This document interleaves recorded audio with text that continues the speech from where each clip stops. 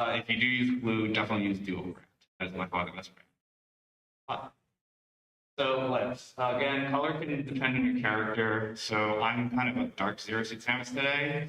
So you can't see it because of the mask, but I actually have black lipstick on this. But for most other characters, I'll use red lipstick. So lipstick, you can get various places. I've done the cheaper ones. I've done more pigmented ones. So that's kind of an area where you can kind of experiment a bit. I do also add a contour to the bottom of the lip and highlighter to the top. So this last part is actually really important. So add highlight powder to the cheeks, front of the nose, and the front of the chin. The front of the chin in particular is really important because if you have a very pronounced chin, it can look very jarring. So having the highlighter on the front of the nose and the cheeks will take away from the attention from your chin. So it'll just make the illusion look a lot better. So I think the next slide is okay. So now we're starting to get into actually suiting up. So we're done with the makeup. One thing before we move to putting everything on is that setting spray. Get the best one. Get everything. It's really expensive, but it's also by far the best thing on the market. Especially if you're cosplaying in hot weather, or if you're cosplaying with a mask on, which we have to do a lot right now. So, so corset. So we do start with a dance belt. I don't personally tuck. I know some people do. That is something that I'll encourage you to look on your own because if you're not careful with it, you can actually really hurt yourself. So. Important to combine corset with shapewear, especially for bodysuit cosplays, because if you don't, the rivets of your corset will appear through the bodysuit and it will not look good.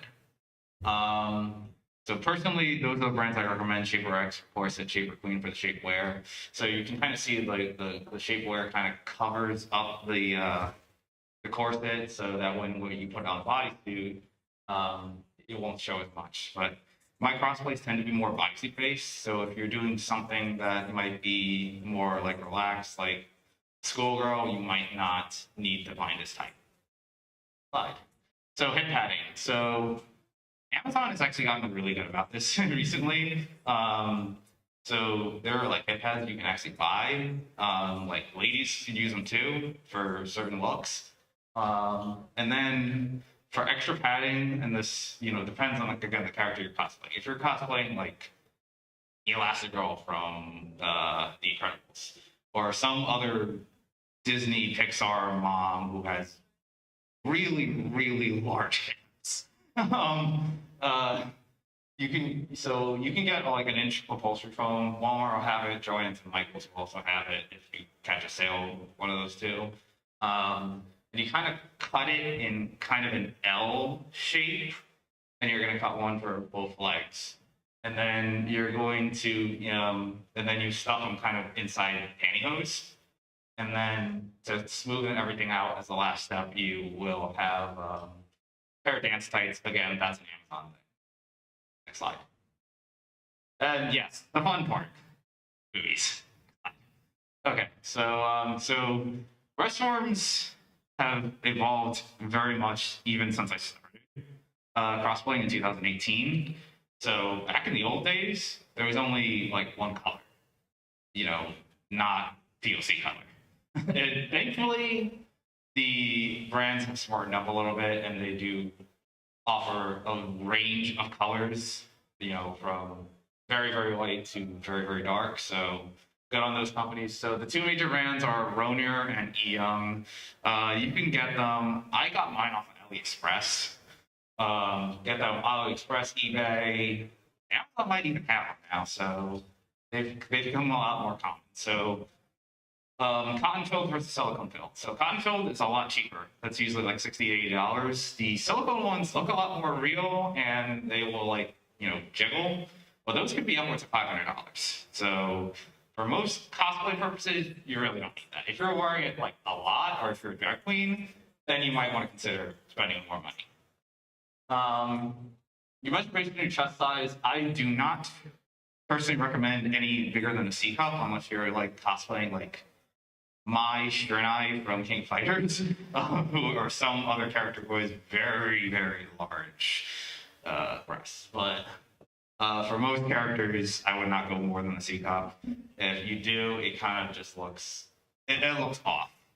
Um, so bra, mine is a Warner.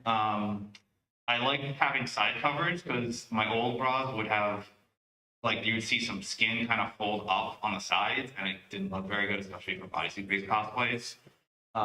So personally, just if you're measuring yourself out, just take once you get the breast form. So you get the breast form first, and then you get the bra. Just measure depending your fan size and the cup you are, and then that will determine which bra size you should get. Next slide. So that's kind of the finished product. When I was shooting this earlier this week with help of my lovely assistant Lily. So that's my Mount Lady cosplay. So really quick, next slide. So kind of like miscellaneous things as we're kind of running a little bit tight on time. Practice posing. So if you're a male and you're cosplaying a female, posing is totally different. You kind of want to be like a little softer with features, kind of relax yourself a little bit more. And if you, for a lot of, sorry, I was a little bit away from the mic, but for a lot of cosplays that might involve heels, definitely get used to them. Don't just buy a pair of heels and then wear them the first time at a con because you will not have a good time. So, yeah, and you could be potentially doing this for hours, and you could potentially be in very hot weather, or you might not have like ready access to a bathroom. So definitely do some planning beforehand. So a lot of cons now have gender neutral restrooms, which are awesome, especially for cosplaying. Wigs can also get very, very hot. So yeah, but definitely like take some practice shots, at your house if you're, I don't know, film some TikToks. So definitely don't go the first time you're ever cosplaying, don't just immediately go into a con. So definitely get used to it, get some practice, and make sure you're hydrated. So it can be a lot, but it can also be a lot of fun. So with that, if there are any questions, comments, concerns about that, if you guys are watching online, you can follow my social media, Twitter, Facebook, Instagram, and TikTok, all at Melpool Cosplay. And then I'll also have a side account for like my film cosplay on Instagram. It's Luplum Cosplay, so Melpool spelled backwards. And so without that, I don't know if there's any questions online, potentially. I think we are just about out of time, so oh, I think we just got the signal we can keep going a little bit. So so I kind of raced through. So if there's any questions out there in the audience, please feel free to say what you think. Otherwise, we will. I guess I'll kind of go into like a couple of cosplays I've done. So a little bit of background into how I got started in this. So I've been cosplaying since like 2013, and I started cosplaying in 2018. And my first fem cosplay was Silk. I really liked Silk as a character.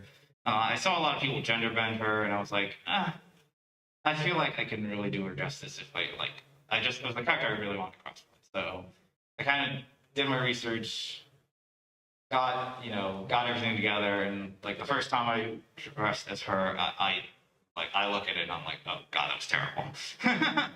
But it's one of those things that as you get more experienced, you'll get better. I think I kind of like Silk first because she kind of already has a built-in face mask, so in a way that made it easier on the makeup. And now, in hindsight with COVID, it's a very good cosplay for COVID times. But then I kind of started going into other cosplays. So I've done on the bottom corner 2P, the inverted colors version of 2B from Nier. Then Asuka, her racing suit. I actually do have her plug suit on the way. Um, and then I've also done Mount Lady, as you saw. I haven't shot her yet, and I have a Nejire cosplay that I also haven't shot yet. So I still have some photo shoots down the line with some of my other film cosplays that still are kind of in the pipeline. So, but well, I guess I have a little bit more time than I thought. So, kind of like if you're wearing heels, definitely get used to them, and it's like it creates a different figure, and like so there. Oh, I forgot. It's a cosplay Mirko from My Hero Academia.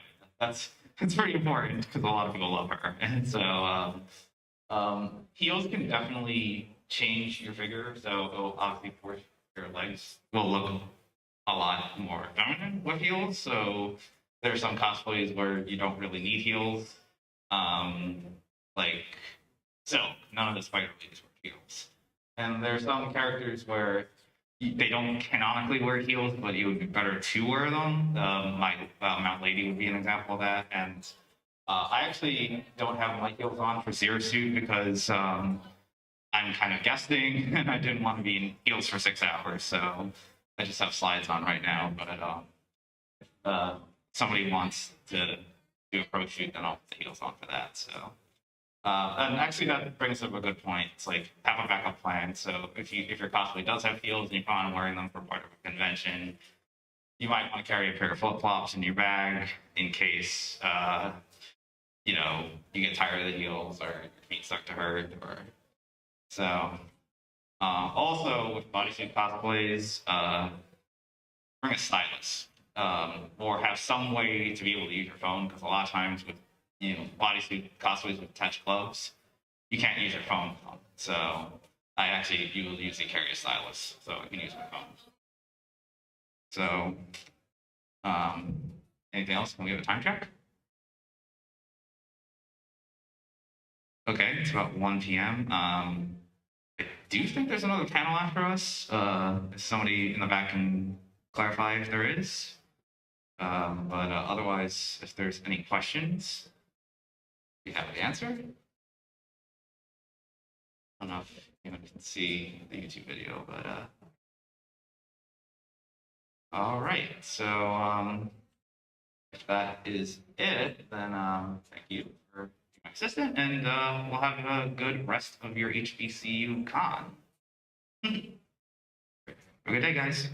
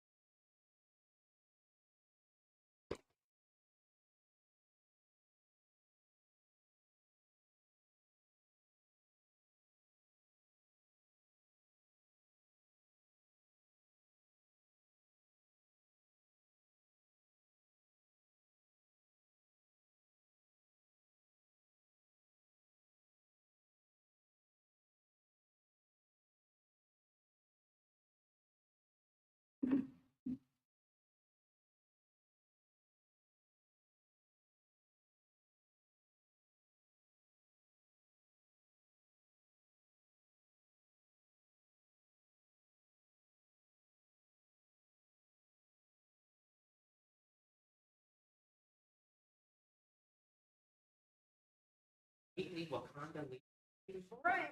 Whoa, geez. Nerd. You're such a nerd.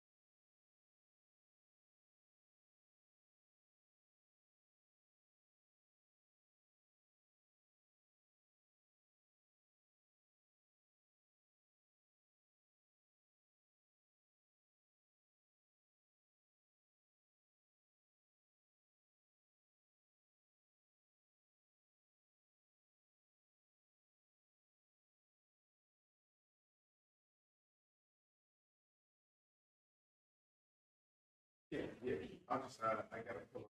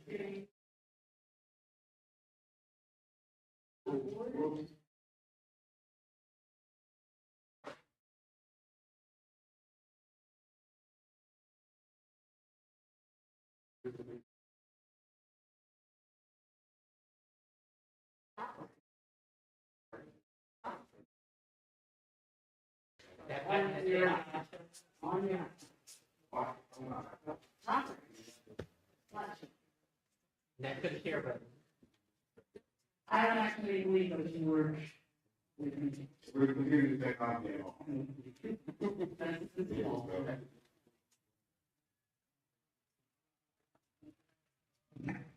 Sorry about that. Oh, neat. Let me stay here. Oh, okay. We can get started. I know we have folks who've been waiting and we are running a little bit late, but yeah, we really appreciate it. And so to begin, I guess we go ahead with the intros and, hey, James, see if Marcus wants to show up. I'll be right back. Wow. He doesn't need my intro. If he hears any more stuff about me, he'll probably heard it. I mean, also, I'm kind of wondering why you have so many boring, like, intros. I said intros. Origin story. They get it. There we go. They get it. They're here for it. We don't skip cutscenes, not in our household and not for this presentation. So we do have to give you a little background, some info about it. So Tasha, take it away. So, I am Natasha Lee. I'm a dev support analyst at Insomniac Games, and these are some bullets that he has decided to share. I'm a military brat, in case you couldn't see. I love Sailor Moon, just so you know. And I've been a gamer since birth. I came out of the womb with a controller. And so, this is just pretty much, I'm summing up the 3 bullets. As it relates to HBCU, give them a little bit of background on your sort of path to the HBCU. So, my father was actually an ROTC instructor here. So sorry. And he encouraged me to attend Louis State University because he had seen such a okay. He's just seen such a wonderful community here. Just young Black kids getting educated and growing in the community, and just being able to see different perspectives and learn more about our history without that kind of romantic side of view that we usually get through our primary education. And at first I was like, no, I'm going to go to a, predominantly white university. I wanted to study veterinary medicine, actually, because even though we're talking about behind the controller, I didn't know that I could be a game designer. I didn't want to go into the industry, even though I played games since birth. And so I was kind of propelled into Louis, and I met my cohort, my close friends that still, several years later, will not date that we have been together, like you can form, long bonds at an HBCU. And so yeah, I got people that encouraged me, that saw me as an artist, that I was a gamer, and just like, yo, you could be in games, this is something you could do. And along with David, we went on this journey together. Thank you. Yes. So, really quickly, when I was asked what my first job was going to be, my first response was, I'm going to be a Ninja Turtle. So that pretty much tells you a lot of who I am. Then in high school and middle school, I actually started. And in high school, I was a band geek, certified band geek, deeply into the band, and that's actually what the show sort of was my first exposure into HBCU life.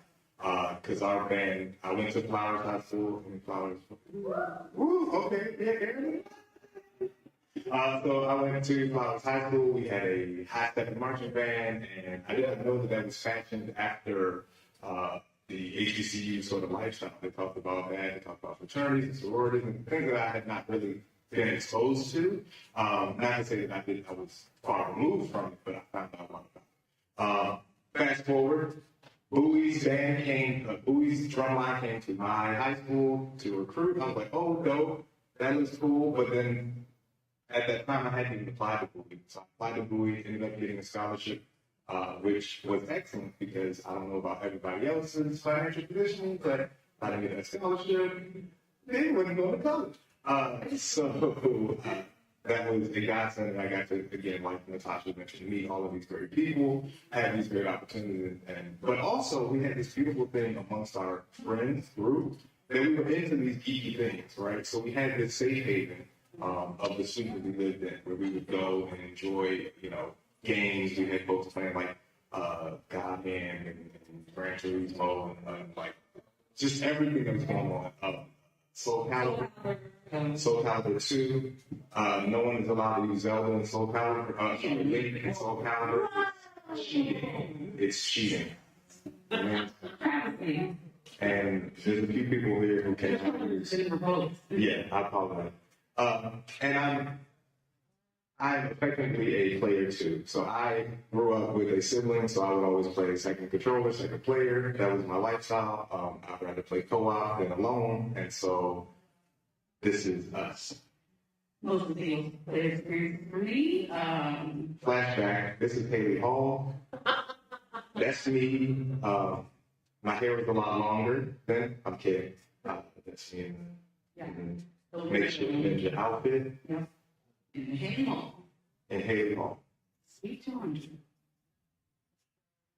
So we started out really getting into games heavily in World of Warcraft. We played for several years, and that's when we started to even consider the notion that we could get into gaming as a career path. It was kind of like we wanted to make these quests better. Like we wanted to create new stories and shape this world that we spend so much time in space. Give me space. I'm sorry.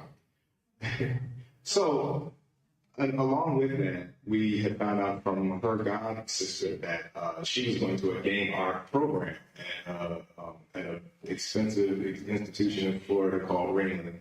And she just started that after we had already basically finished our tenure at Google. Right. I came to school as a biology major, and then I had one of my professors actually told me that, as he felt like he loved math and he discussed it with his children and his family at the dinner table. It always felt like the world was missing an artist. When you go into his office, he had a wall of like just bully letterhead, but just all kinds of art on it. And so he kind of encouraged me to pursue art. So I ended up switching to fine arts, and then again I actually created this image here that David's embarrassing with when I was going through the program, and I didn't know how to where was all this? Oh yeah, where we began. So I'm just trying to get away from you because I feel like I'm causing anything. I'm good. Am I good? Okay. This messing stuff up. So, sorry, yeah, excuse us. So, what we ended up doing a lot later in the game, after we had finished at Bowie, and after Natasha was actually in the BCDMA program, actually, I believe it was its inaugural year. So it was the first year that program had launched with Natasha. And she did a lot of work with them as far as art, as far as honing her craft. But we didn't have that linking piece between how do you take this craft and make it marketable? How do you take this craft and turn it into a business? How do you take this passion that you have and turn it into a career that you want to have? Oh, and that's again, back to my sister, she was the one going, like her mother had encouraged her to, again, go into games. She had actually researched through universities that were starting to develop game programs. And again, I was like, what? You're not going to school for games? Like, where's that stuff? Like, what happened? And with her having that connection, because her mom also pushed me to go and go.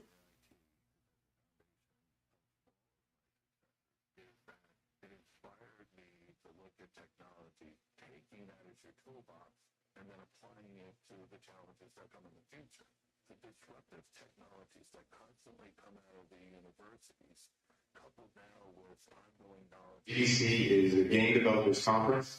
In San Francisco, it's the largest game developer conference, but what a lot of folks aren't familiar with is there's an opportunity to go as a CA, which is a conference associate, and they volunteered it. Well, it was initially volunteered, but you apply with an essay, and then you're able to get your full conference main badge. So you're there for the entire week, but you work a certain number of shifts and everything. And so that gives you access to a network. And so one of the things that, if nothing else from our panel that you take away from, it's networking. The networks that we created at Bowie established opportunities to grow our craft, and the networks that we created in California allowed us to pursue the career. So it's very important that you find these opportunities. Now that you have the link of the network between where you are now and where we are, or if you're trying to get into that world, the best thing you can do is reach out, to us or to folks like us, anyone you're interested in who has that kind of connection, and really urge that, because that's going to be the difference between something that you really like to do and something that you're actively involved in pursuing. Right. And because being out here, we have applied to some studios like Bethesda and Big Fish Games, but we just weren't getting that in because we had the connection into the industry at that time. And so what we did was pack up our car and actually drove to California. We were just like, well, this is it. We really want to pursue our goal to get into the movie industry, animation, games, and we weren't getting that here. So we did what we had to do. We just packed up and drove out. I mean, it's a risk, but it's building those connections along the way. So this is that first network that we got, first year of us attending as conference associates, and this is the entire volunteer group. It's not even there because a lot of people are international today are doing that. But and that is us, if you can see. And this is from our very first year. So we're talking about just trying to, if you don't have a direct connection initially to the industry, reaching out to going to conferences or volunteering at conferences like PAX or GDC, CRAF, or ways for you to form connections and networking naturally, because you're going to interact with a lot more industry vets or newbies into the industry as a volunteer or a conference association, because you're just constantly engaging, you helping people go places, and then in that connection, you're not actually always approaching someone with, hey, how can you help me get a job? And in this, they're like, you helped me, I remember you, can I get your name? And usually that forms an impact of them wanting to work with you in the future.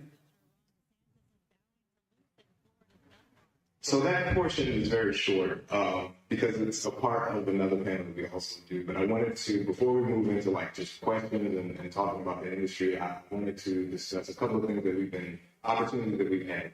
So I'll start, and then I'm going to pass it to her because she's done more stuff than I have in the game space, which is going to be dope for everybody else. I just get to be jealous when people go, oh, you know, you've done that? Yeah. I did so too. But, so, I'm getting from Europe. I'm so sorry, but we wanted to be able to be picked up for the stream. I feel like I'm out of the frame for the stream too. Yeah, I'm out of the frame. So, I'm going to discuss them right here. You want to come around too so that they can, and then we'll do one mic.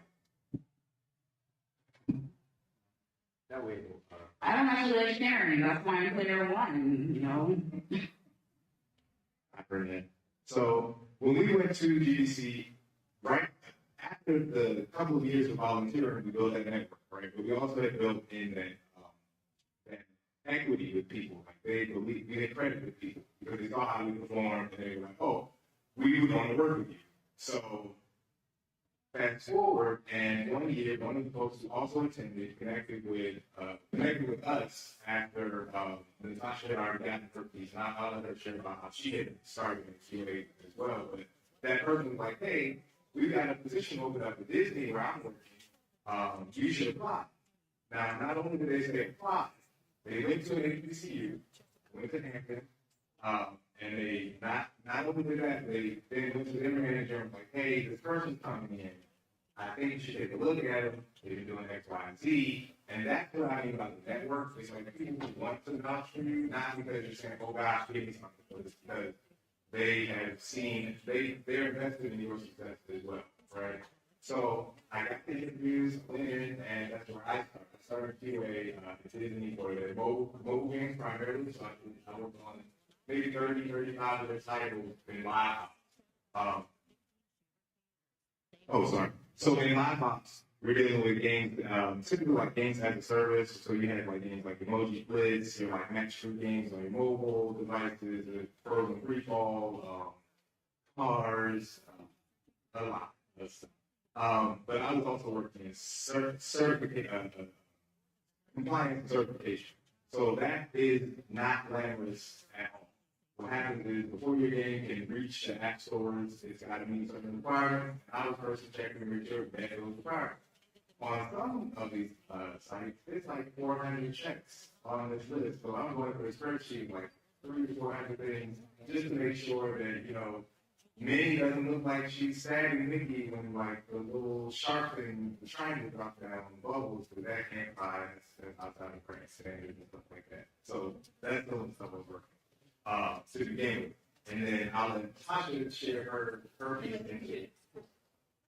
Yeah. Okay, so again, we had our experience of being able to volunteer at the at GDC, which again, my sister had attended the conference the year before, and she was like, "This is an incredible experience. It's something you should do." And just, I'm always remembering too, like anytime I meet people who want to get into the industry or get into a industry, I'm just like, I want to share that information. So it's kind of like reach one, teach one, or pass along that information. And so when I got into GDC, I wasn't in the industry, but I was around so many vets, and they just continued to encourage me. I didn't actually know where I wanted to start because I tried environment art, character modeling, I could do concept art, but I just wasn't sure where to start. So I was pitched QA. I'd already played a plethora of games. I'd done beta testing, alpha testing, any type of way that I could get feedback to a game, I did it. And so I was able to put that on my resume when I initially applied to Respawn. And because I'd also been a conference associate, my art background, now I had drawn on my resume, I made a caricature of myself as a player, and while applying to Respawn Entertainment, and the hiring manager saw that I'd been a conference associate. They are very familiar with people who work at GDC, and that enticed them to give me an interview. So it's like, it wasn't even that I had like almost no game, professional game experience, but because I had done something within the game sphere, that allowed them to see that I was interested in pursuing a career in games, though I had no actual experience. And so I was given an interview. They were amazed, and they gave me the job, or I got the job. And so my first job was at Respawn Entertainment, working on Titanfall 2, and through that, then I got the job at Insomniac after forming a connection with a lot of the QA team there. And as our project kind of sunset and we went on to other projects, my friends moved over to Insomniac Games, where I also applied. And so having someone there who knew my history allowed them to vouch for me after I applied. So it's like always just making sure you form a great impression, you meet people, just keeping your name in their ear. And so while I was at Insomniac, I was able to work on Spider-Man 2. Not Spider-Man 2, that's coming right now. I was able to work on Spider-Man, Miles Morales. I worked on 2 of the VR titles that launched at Insomniac, and it's just been an incredible experience. It was something that I also now want to make sure that, other, people of color get to know that they can come into the industry. And it's a variety of ways to do so. So if you're in sound design, if you want to be a voice actor, if you are great at programming, there's so many ways that you can do so in the industry. It's so big that you have to only do computer programming. You can be an artist. You can be if you like HR, if you like finance. So it's just like trying to make sure that people know that there are a plethora of options to get into this industry. And so again, every year, Dave and I continue to feel like we want to give back to people who go to GC, because that's where we got our start. and to encourage other people who are still trying to get into the industry. So that we went through this program, you can also go through GCE to find a way into the industry. And through that, we work with Blacks in Gaming. So within the industry, there's a lot of special interest groups for women in tech. They have ABLE for anybody who may be hearing impaired, anything, so that they can also get their voices heard and shape how they hire, shape how we work on games, shape how we develop our market. And so the way it is just making sure you don't even have to be in the industry to apply to those special interest groups as well. So if you have a passion for the industry in whatever field you want, also seek out IDGA, which is the International Game Developers. IGDA is International Game Developers Association. There's a second camera, so I'm actually going to move to the seats because I'm lazy. And our dog is she come up. So IGDA is the International Game Developers Association, and that group is what houses some of the special interest groups. So you'll have like Latinx in gaming, Black in gaming, international developers and studios and things like that are all part of it. In addition to what I was able to do at Disney, forging that network process, I was able to lean into the HBCU spirit, which is if there's not a way, make one. And I'm going to graduate, so I don't care what you say, what people I don't have, we're going to find it. I make people kids, Charlie laughing, but I told her this when she walked on campus.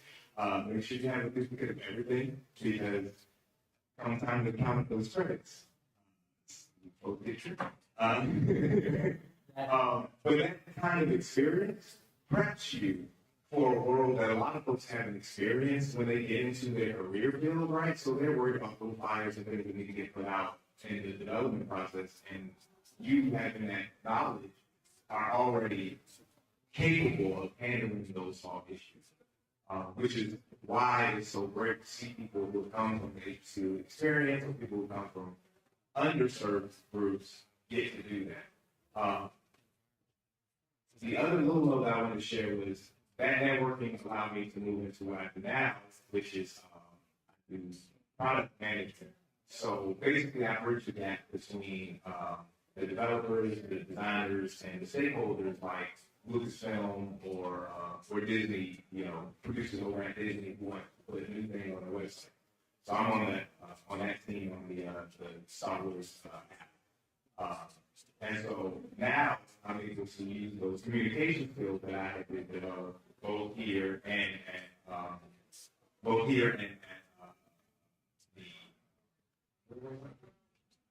the GC as an associate, where we would be able to work with new people coming in, we would badge people, tell them information and things like that. Like all of those little pieces for practically for the position role today. not scared. And just not be scared to reach out to people, because that is the biggest thing. Like, people think that they can't send people questions or talk to them on like LinkedIn or Instagram. If there's someone that you follow and that you admire, hit them up, because a lot of times people do like to hear questions.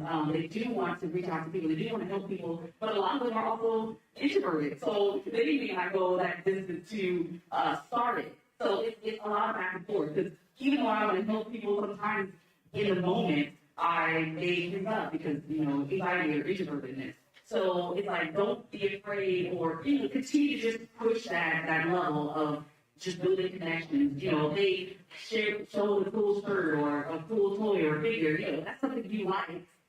Comment on it. Like, make sure that you're seen and heard. And then again, if there's an industry or a job that you are interested in, ask them about it. Like, just ask them what their day-to-day life, ask them what their path to get there. As long as you're coming there genuinely because you want to be in the job, most people are more than willing to give that information. And then as you grow, you may find like interest. And I mean, Dave and I have met quite a few people through Facebook and social media that have helped us within the industry, outside of the industry, and have been able to talk to us in various situations just because we had a connection online somewhere.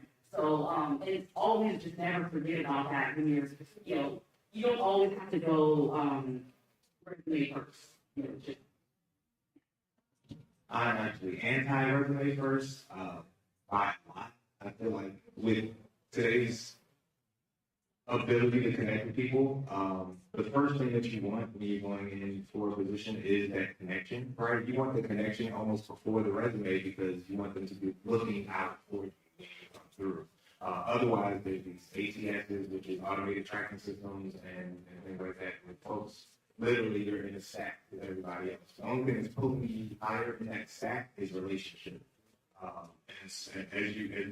as our example, living and breathing example, once I got to work at Disney, I then got a new role inside Disney. I had a relationship with the company. I had a relationship with a bunch of people there. Once Natasha got the job at Respawn, she had a relationship with QA. When QA went to Insomniac, that relationship transferred over to Insomniac. So those are some of the things that we just kind of like nail down. I do want to move the question. So if any folks have like anything at all, especially after we just did, but yeah, anything right now to say. Right. Yeah, you said that QVC, the social program, there's some entry for game design outside of the computer field. What about like on the writer's center? Because I remember I was ages ago, I was kind of clapping the fence about today, but like on their little website, they have applied jobs. It seems like writing jobs don't get posted. So if you couldn't hear, his question was about writing jobs as it relates to getting into the industry. So like those entry level writing positions. Then go ahead.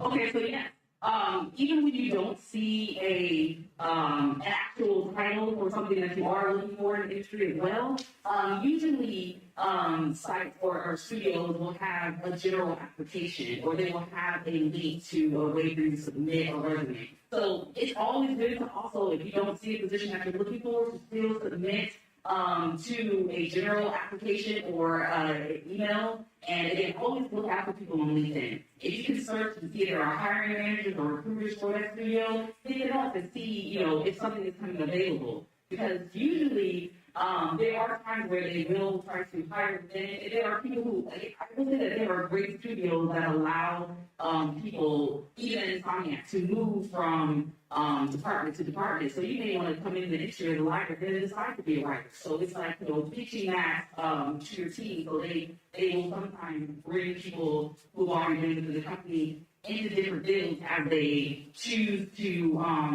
grow within the industry. And so I will say that, yeah, if you're looking for writing positions within the industry, always submit to a general application and search up those hiring managers to see if they have a timeline for when they think those types of positions will come open. Because usually something like writing, it does have that team that can just bounce from project to project, so it's not always growing like level designers or animators. Does that answer your question, or is there? Okay, cool, awesome. No, okay. Now the question is for Natasha. So I mean, you guys said that you aren't, you're anti-resume first. So I am curious, specifically with your experience at Insomniac, your experience to do programming specifically for different projects. What does it look like for their experience? Are they coming in straight out of college with computer programming? Are they, like you were saying, moving from another department, moving from another project into Insomniac? What does that experience look like for those programmers where you kept? Okay, so just going to repeat the question, it's just like, he's asking, what does it look like for programmers to get into the industry, and then how do they move about if they aren't already programmers to that field? Right? Okay, so, right, I will say first and foremost, if you are already in college for IT or computer science, that's already first and foremost something that they're going to look for. And even right now, a lot of students now are seeing that people have a plethora of skills without degrees. So they are trying to make sure that if you don't have that skill, but you have some, you don't have that skill on paper and you have it in practice, that's something that they are starting to consider now as well. So again, if you see a job but you don't think that you have the paper, equivalent of the skills they require. If you list, like, I've been programming and building my own games, for the last 2 years, and, I never had a studio, never had a full-time studio job, or I haven't gotten a degree yet. That's still something that they look for, because they see that you have the passion to pursue that outside of, especially if you're a good teacher yourself. So, and then the best way, I mean, you're definitely, they do look for people who have degrees, that are already in the field, and then, internships. So if you are in school, internships are key. So again, outside of networking, like going to a conference, volunteering, showing up at a convention, internships are vital. I would say that Insomniac hires 90% of their interns, because they grow the skills. Usually when they find interns, the people that apply, you want to apply to the space that you feel like you already fit. So of course, they already feel like those candidates are part of the culture, they understand the culture, and then, again, the skills that they have already picked up at university are going to be honed at Insomniac. And I will say that, you hear in school that, this is the right way to do it, this is the way the industry does it, and the industry does it in a plethora of ways. So I would say that you will go from working at Blizzard to working at Naughty Dog, and their engines are going to be different. So even how you program, or how that studio programs writes their code, they may be hackers. They may do hacky fixes. So it's like understanding, if you're an adaptable programmer as well, can you, create hacks to just kind of glue your code together, or are you going to fit a structure that, fits for that studio? And it's also understanding if you can adapt it. I'm sorry, I'm going to talk this. But again, internships, if you already have a skill via a degree or training, and then having that personal practice, or having, done a behance. Yes. Oh, no, you can shoot the question? Oh, okay. She thought that was the 5 minutes. Oh, I thought we were- Okay, cool. You don't know.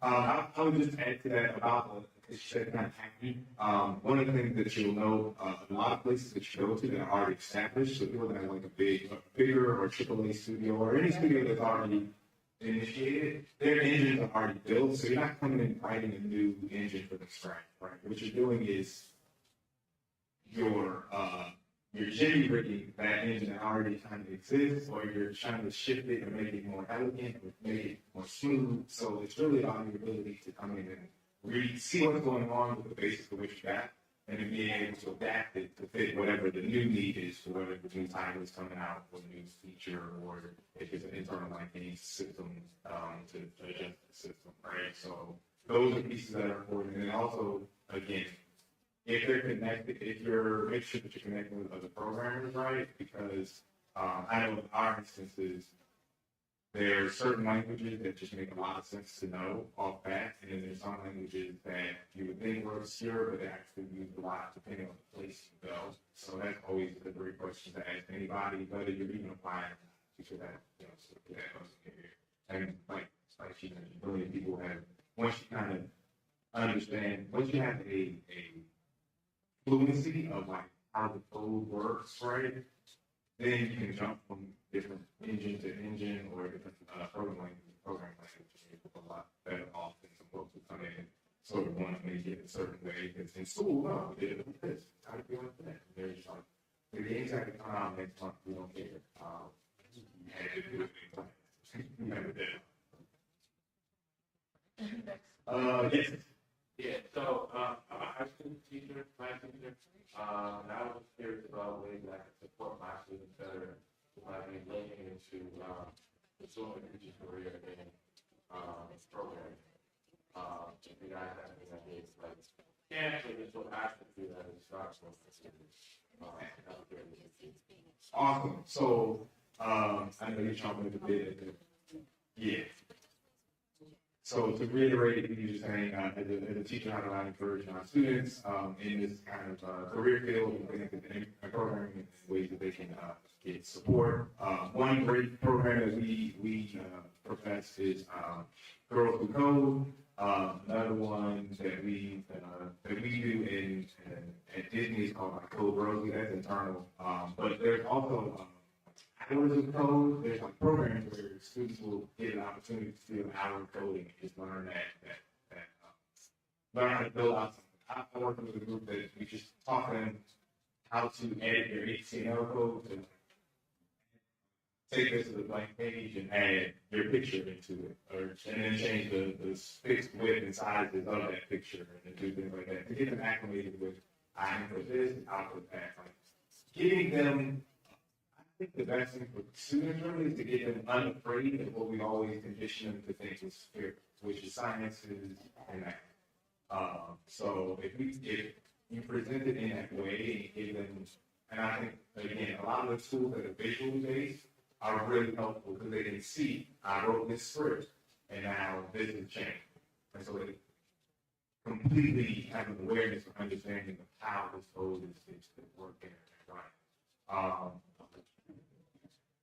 But I think again, encouraging students to do volunteer work at conferences, go to conventions, just meet people, be out, talk about what you love. If you are, and then, constantly, make sure they're as proficient as possible when they're coding. But there's also all kinds of game jams if they do game jams. They have ways to actually put that into practice, and then they can actually create playable games that they can say I've done the code for this. So even if they don't one student doing Python and another doing C++, it's like still I have the adaptability of I've been able to print out something small that I wasn't familiar with because game jams will do that, and they rely on a different code than what somebody's used to. But can you adapt? Can you learn it?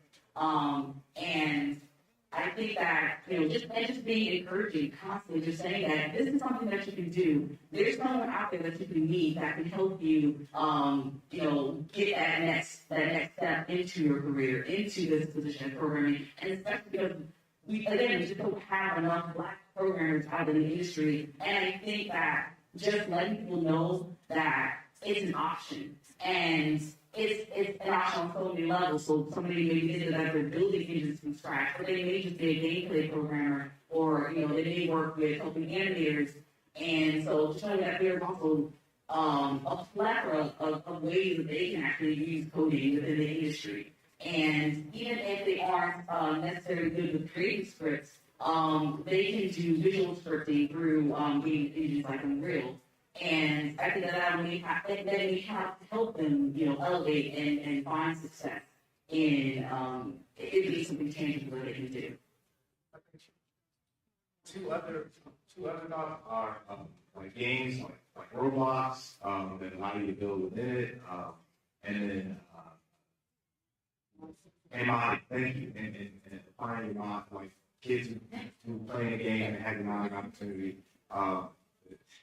My family is very familiar with these concepts because they've been doing acting on my nephew who's very young and they built a game in Unreal, or in Roblox. I was like, oh snap, he's more qualified than me in certain aspects. Oh yeah, and then my niece well with modding for certain games, right? So and a lot of modding, if it becomes very popular. A lot of schools will actually reach out to some of the modders to have them bring in input, and then also brought those folks on board and sad. Right. That's and it's hard to continue to harp on this, but again, it's to help students know that there are a multitude of options, and again, especially with modding, using your code to create things that are actually used by people, and a number of games do it. Charities on your timetable at your recommendation. In the meantime, the assets in your fund are invested and have the potential to grow tax-free. I like everything about it. I like the service, I like the people, and it's worked for me. Open a J. Interested in something, if you like, maybe a Barbie Drizzle game, just try to rework, the code, see if you can delve into that, rather than saying, I'm going to build a website or something. So, use your programming to influence things that you actually like. Yes. So, can I ask two quick questions? Yeah. One quick, very important question. What grade dog is that in there? This is a Shiba Inu. I'm sorry. This is a Shiba Inu. Yeah. All right, second question. You spoke earlier about voice acting or voice input on game, things like that. Any advice you would look into for those, that possible avenues? Yes. So my undergrad is in theater. I got my theater degree from Boise State, so the plan was to come out to California and actually start getting into voice acting proper, acting, voice acting, and directing. The ways that you can go about that, again, tend to be a plethora, right? Like there are sometimes some instances, like in Natasha's case, where she was at the studio and had already expressed interest in doing that if they ever needed it. So when it came scratch feel, which is just that feel that they just need right now in order to get the game, to the next state. And it may be the final if, in certain circumstances, but most of the time it's just in place of when they get the actual talent to come in and do the work. So you could end up going that route, and if they like your work and you're already there, they may want you to come in to do more things, and then you come on as additional voices, and then that can build in. The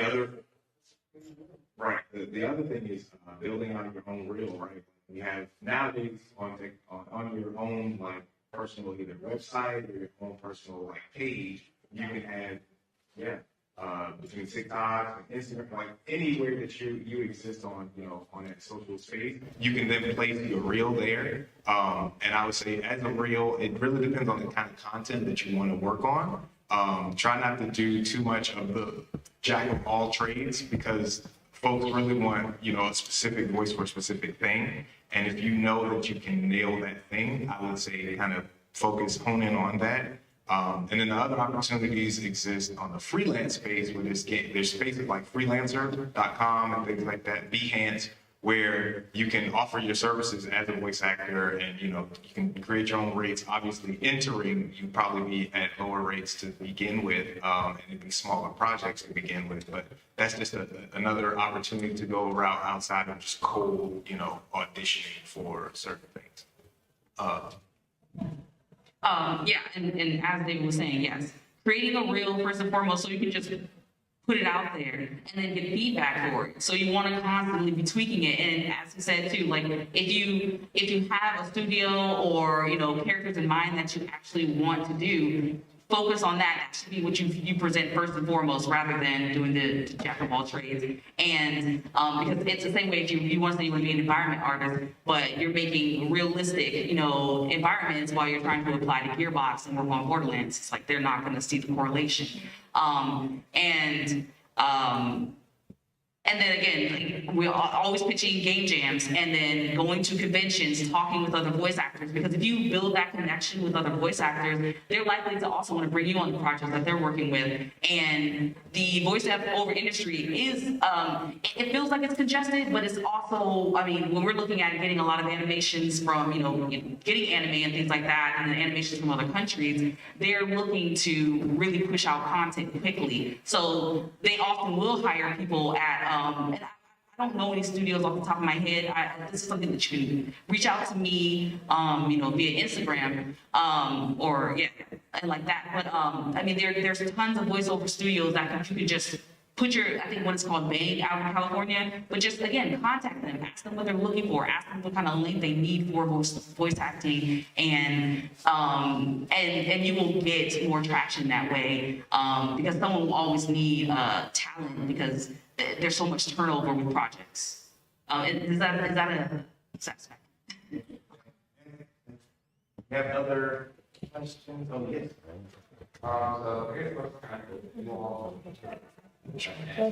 So more recently, technology has smaller teams, smaller teams to create the video game, media general, film.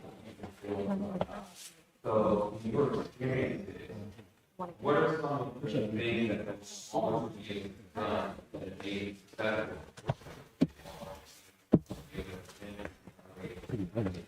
Whether it's one time, project or the time. Right, that is a great question, and it's funny that there's an excellent panel about exactly that we saw that was at HBCU one year. And just so you all know, he was asking about how smaller studios are able to build a sustainable, studio in the gaming world or in media in general. For the games specifically, I would say some of the things that we've seen folks do well is understand scope. And so scope is the scale of the size of whatever project you're working on. Scope creep is an industry term that means we always want to do a little bit more than we can actually do. And then we get into this talking circle about more ideas, and then you're like, it would be great if they had wings. And then it's like, okay, now we have to redesign character models, and now the work becomes exponentially bigger than what we had initially decided.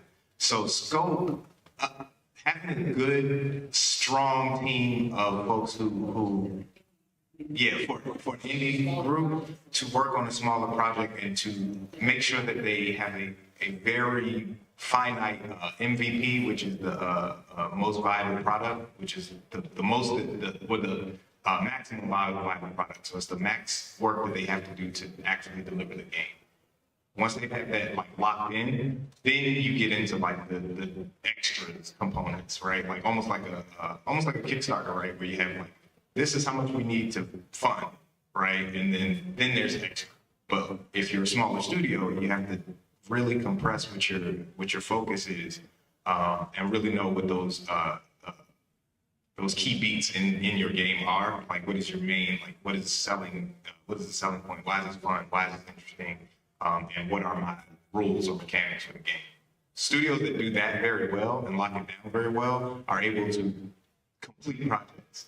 Because I'd say that's the second part. Like, what is it that makes the smaller studio good is the ones who can roll out projects. Because if you keep playable working projects, because the in live operations, right? Like in the app store, when people are giving you feedback, you can work through it. But if you never get to the point where it's published, that's where you have, issues and problems, and especially if you've gotten like a little seed money and you got funded, and then now the project's too big, or things are, there's hiccups and hassles that you didn't expect.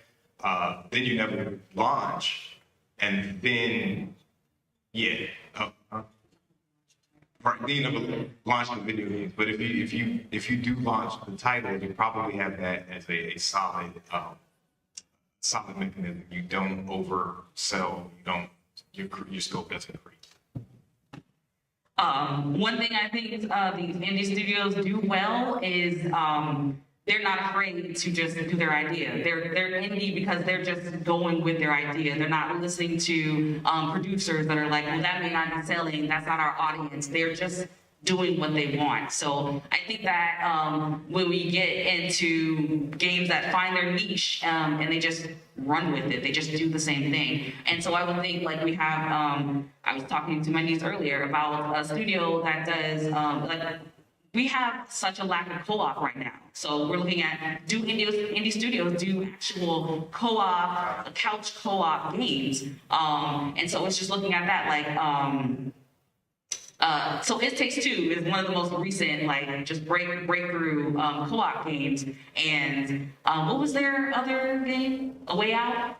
A Way Out, yes. So it was like the prison game. So they're two, It Takes Two and A Way Out varies very greatly, but they're still based on those mechanics of working together as a team. And because when you play something like It Takes Two, the level design in that game, it changes from stage to stage to stage. It's absolutely incredible that it has almost no mechanics that repeat from the previous chapter, whereas you get a game say God of War, and like we know that Kratos is a character that uses dual blades, so he's going to use dual blades, he's going to use dual blades, he's going to use dual blades. But I will say that in contrast to that, they changed that when they launched him with an axe. So it's like to see that is what a lot of the indie studios are doing, and I see that this is now reflected in the bigger studios. So I feel like them just breaking the norm, and I think that's why we got something like this revised God of War. And I think that indie studios are doing a great job at influencing the industry. I think that they're making the industry consider that people don't just want the cookie cutter game, not even cookie cutter, but just the standard what we've always had. Indie games just push the envelope because they create new ideas and just better ways of using the how we play and expanding it. So another game I would reference is called Baba Is You. And so the statement is Baba is you because you make what happens in this level. And so it's a puzzle game, but it always brings you back to that core mechanic of telling you, you control how this is actually going to progress. And then as you transfer that to a tree in the game, so now, you are the tree, the tree is you. So it's like you're transferring how you actually use that. And I think that, I just think that indie does it so, when we look at things like Journey, I mean, they're doing, people are thinking, oh, we need action, we need only, FPS. And to have a game like Journey or a game like Flower, it just pushes what people thought how they wanted to play games. And I think what indie studios are doing, what would be like a con or is that sometimes they double down on what works. So then they will start to just pump out the same thing, like we have, Call of Duties every year. So I think that, I thought what was great about the industry is that they're just constantly pushing, constantly doing something different each time. But as they're seeing that, indies are blowing up and they're becoming like multi-million-dollar games, or at least worth that. And they may have started with like a budget of 10,000. So, but then they see that, wow, we've blown up and we've gotten this multi-million-dollar phase. Let's keep this going. And then they do the same thing that AAA studios are doing. Yeah, so. Next. It's like good risk taking, I would say. Indies take risks, and the ones that double down on those risks and try something new each time are doing really well. And you'll see that most major studios took a big risk initially, but then when they got a lot of money, it became a lot more like a corporate scenario, and corporations went lowest risk, highest reward. So now it's upside down. So now that's what we mentioned when we say like Call of Duty is like, don't change it, And unfortunately, though, I was a fan.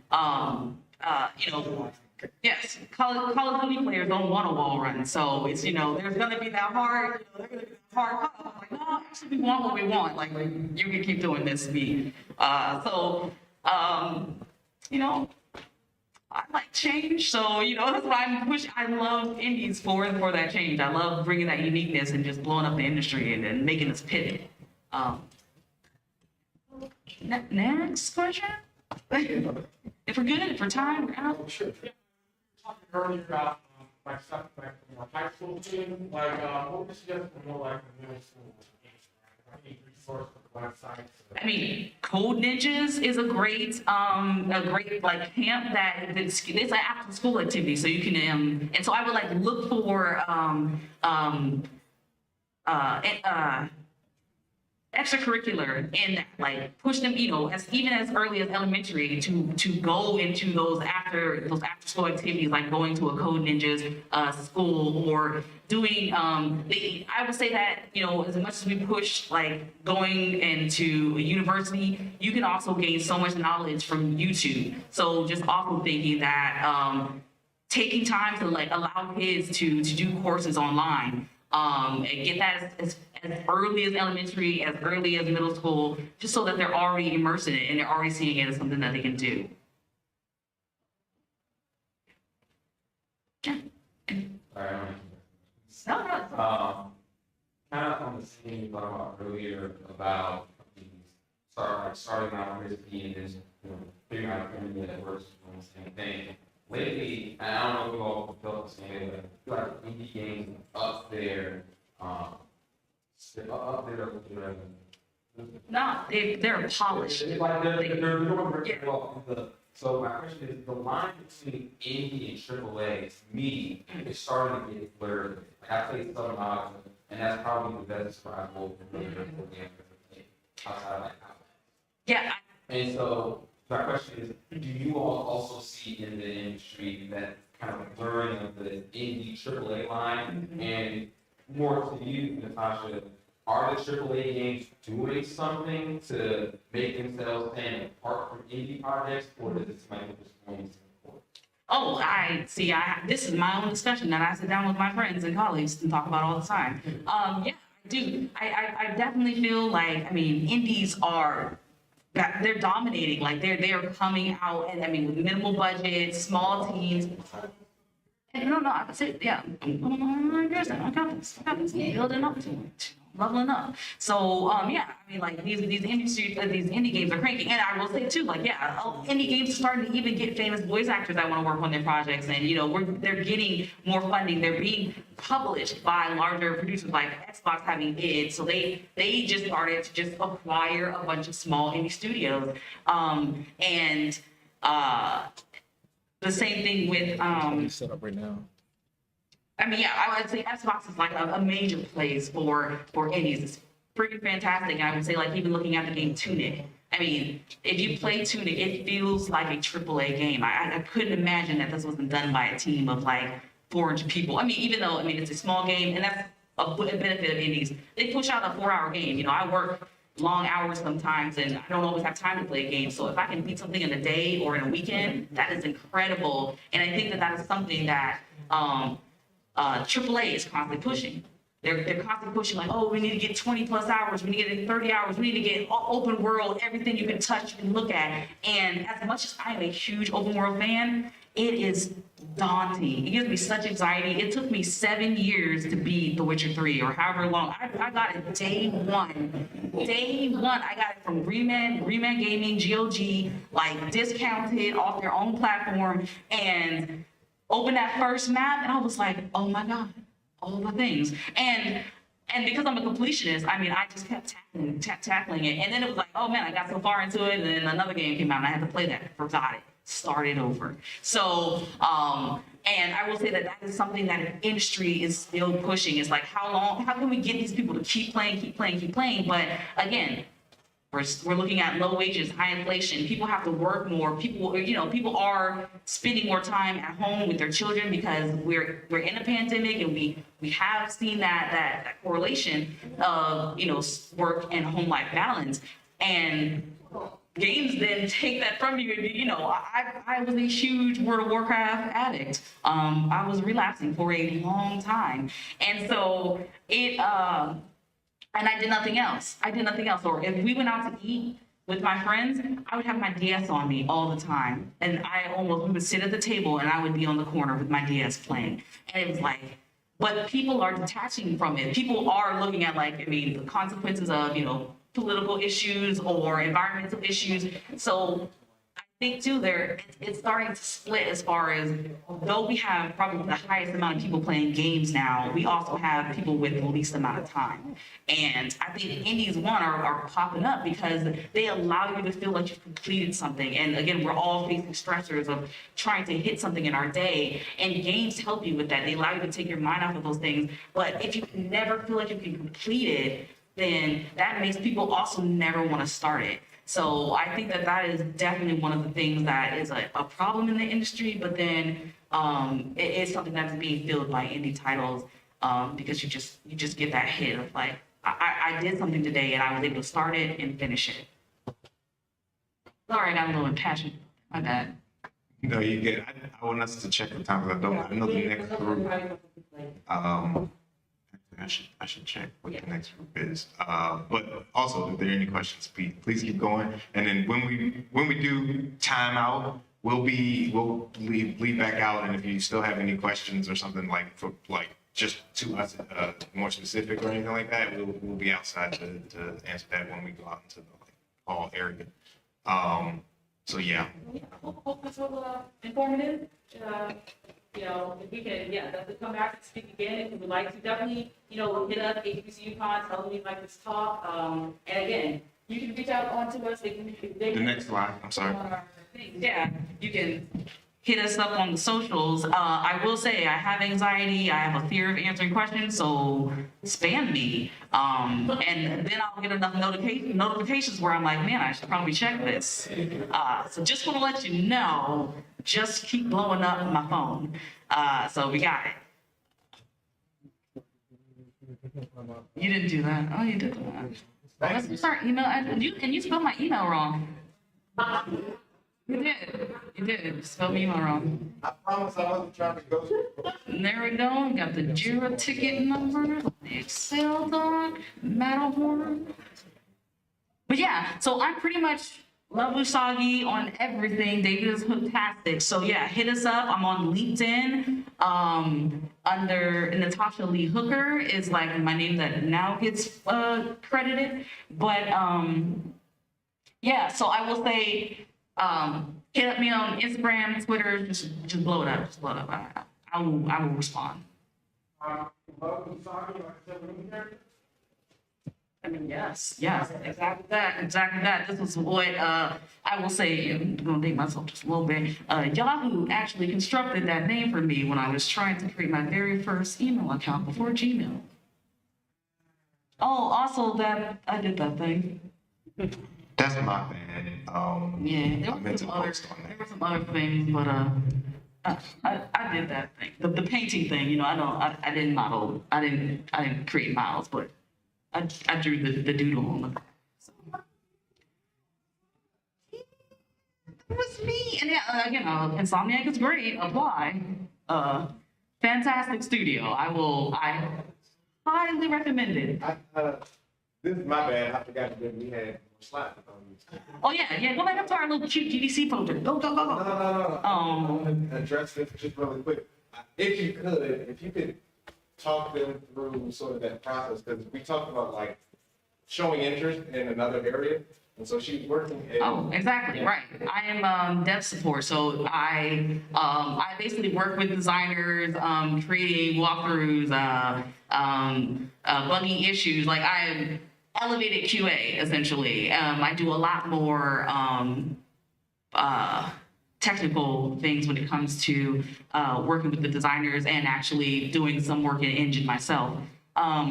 And so, I mean, again, you want something, if you're already in industry or, you know, even at whatever job you're at, you like something, just tell them like, hey, I want to learn that. I want to do that. When I did Scratch BO, I just talked to our voiceover people and we're like, hey, can I do a voice in the game? You know, there are sometimes I can do some of these things and it may sound okay. I don't know if it's actually proper, but, you know, right. So, you know, I tell people, you know, I scribble with the pen thing and it makes lines and colors on the screen. And so they've seen quite some of my work and I told them that I could actually, you know, we're in the middle of a pandemic. I think that we've had some people that, you know, it's been rough. It's been rough, and I think that we should address that. I think that, you know, this is something that we can affect change. And I think my studio too was just like asking, you know.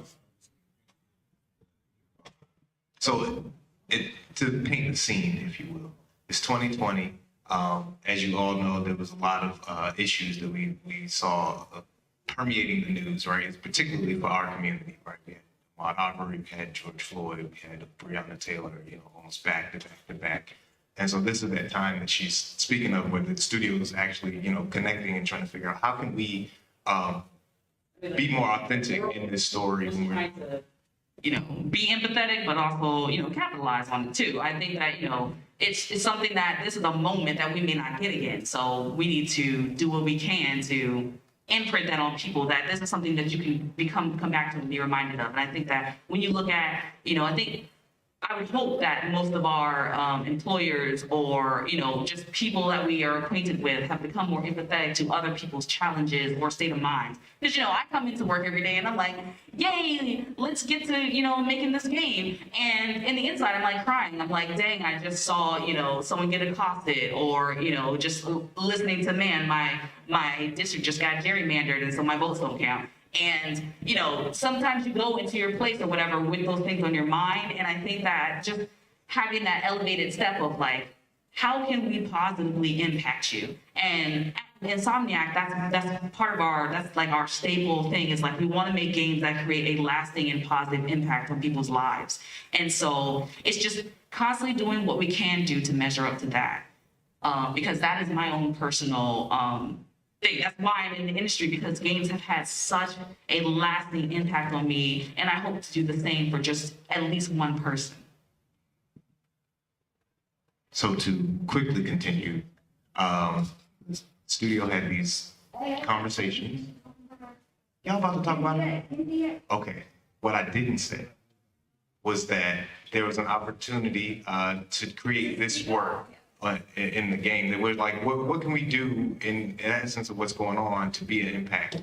And so her, along with some other colleagues, in particular some of the other Black colleagues, were like, hey, we need to push to get these murals in the game. That's what I'm saying. It's not.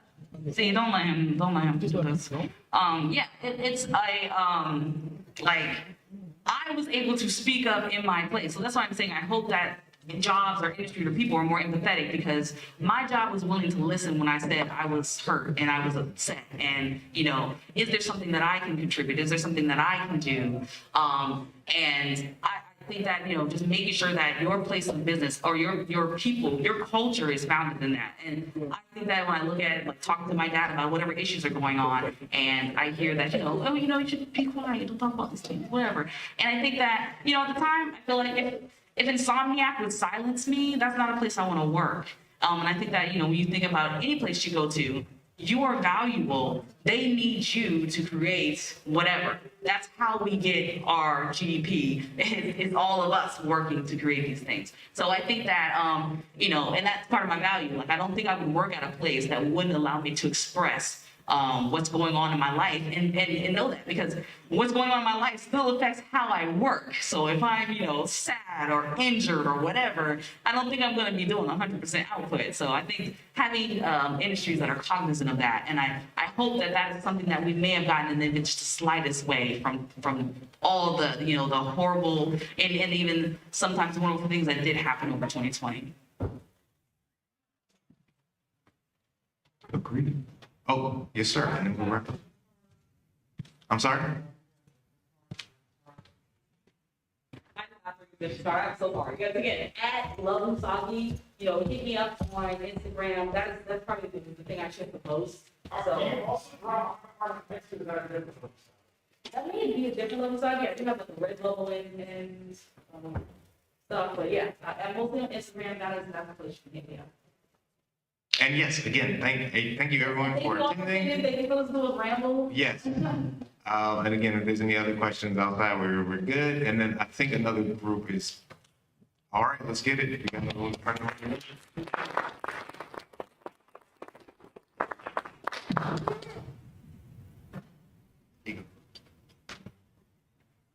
Thank you guys very much. Thank you.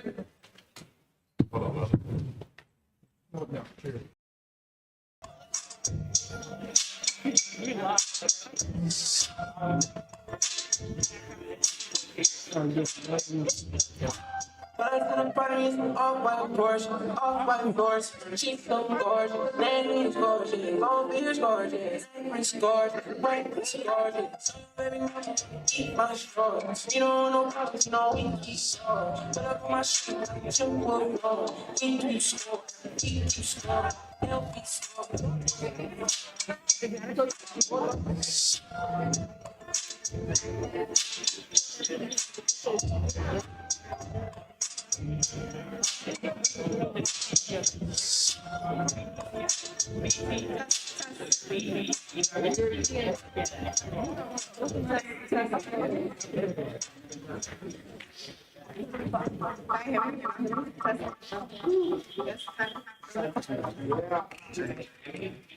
Alright, wow.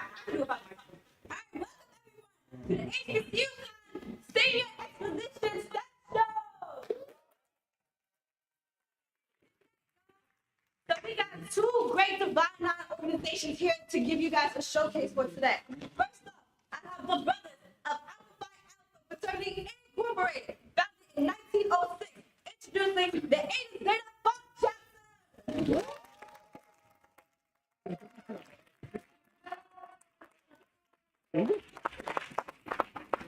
Okay, yeah, switch to you. Okay. What? Brothers! No! What's up? Showtime! What's up? Showtime!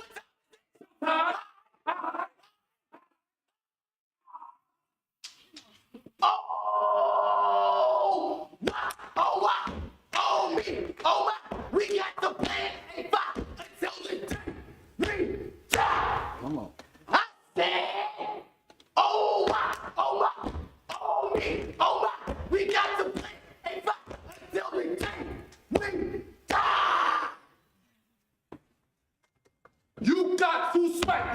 got to for our queen since back in the day. It's been.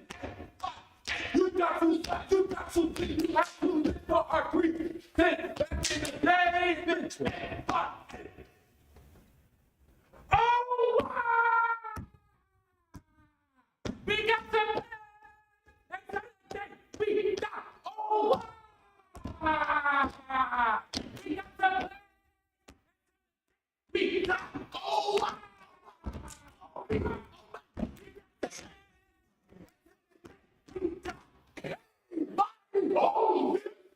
what?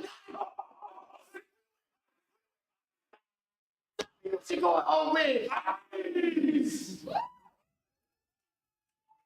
You already know. It's your boy Najee, taking over as your host for this year's Bowie Entertainment Television Award. Speaking of taking over, shout out to Cash Money Records, because let's see who wins the award for songs that took over in the 99-2000. Took over the 99 and the 2000. Lil Jon, East Side Boys, and Nene.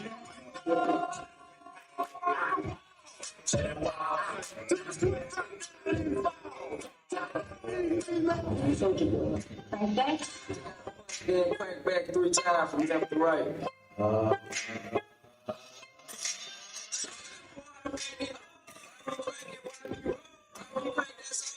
Superman.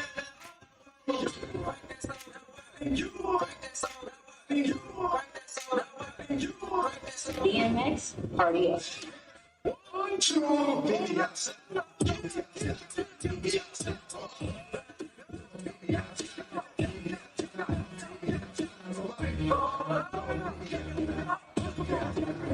And the winner is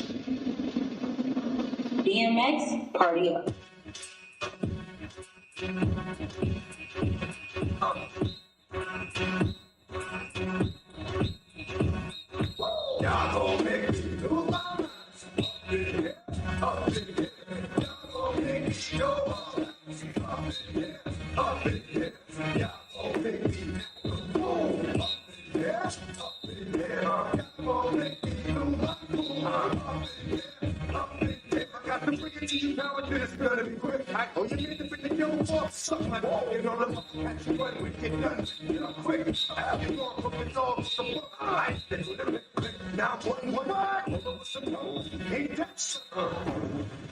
Shout out to my dog, DMX.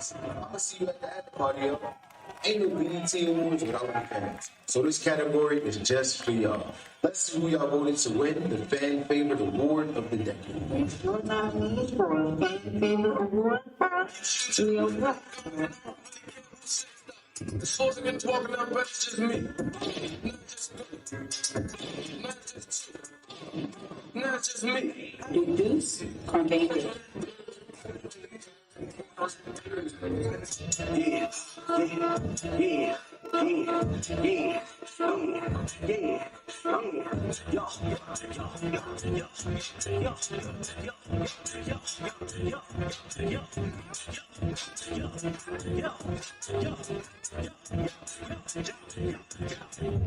Chris Brown, No Guidance. Playing all games. Well, you gotta come to each other. Hold up, wait a minute. I wish I had a time machine. Playing all games. Well, you gotta come to each other. Winner is Chris Brown, No Guidance. You know what's coming out first? The snake. The snake is coming out first. Oh, Breezy, the snake is coming out. What's gonna happen? Ooh, excuse me. Baby, I'm working.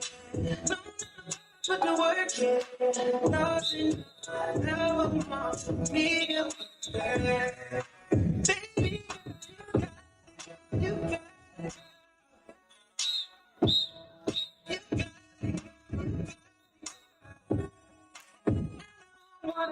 Ain't no games, around in your mind. Same damn thing.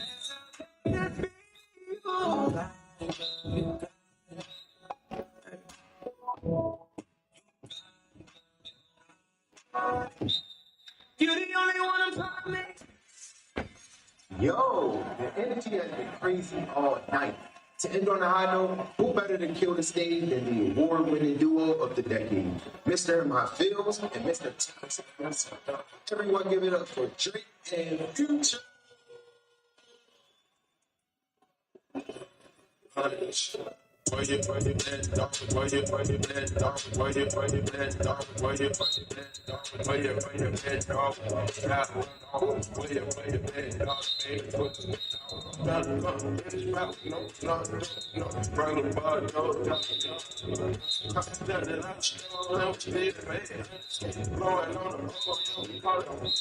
Man, where you been when we took the video? Where you been when all that ass was all? Where you been when first got the nail? I'm covered, bang. Where were you when all the dogs needed help? Lawyers in the commissary, go pay itself. Working on a weekend like usual. Way off in the deep end like usual. Swear they passed us, they doing too much. Haven't done my taxes, I'm too turned up. Virgil got a paddock on my wrist going nuts. Caught me slipping once, okay, so what? Someone hit your block up, I tell you it was us.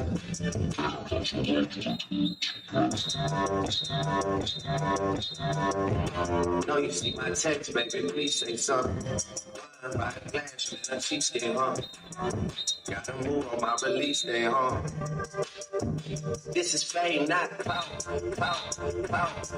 Watch your mouth. Baby got an ego twice the size of the crater. I can never tell it. It is what it is. It's cool, man.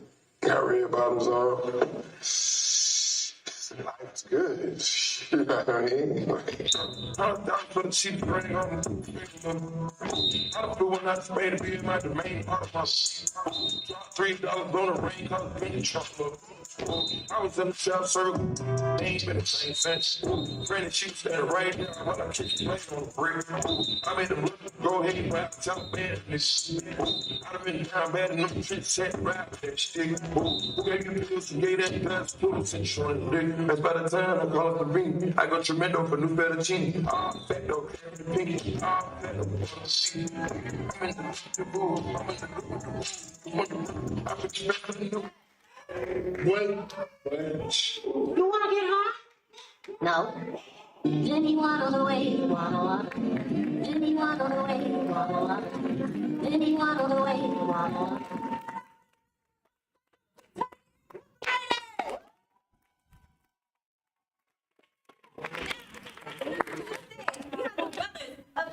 Sigma Fraternity Incorporated, founded in 1914, the People's Frat. Introducing to you, W Chapter.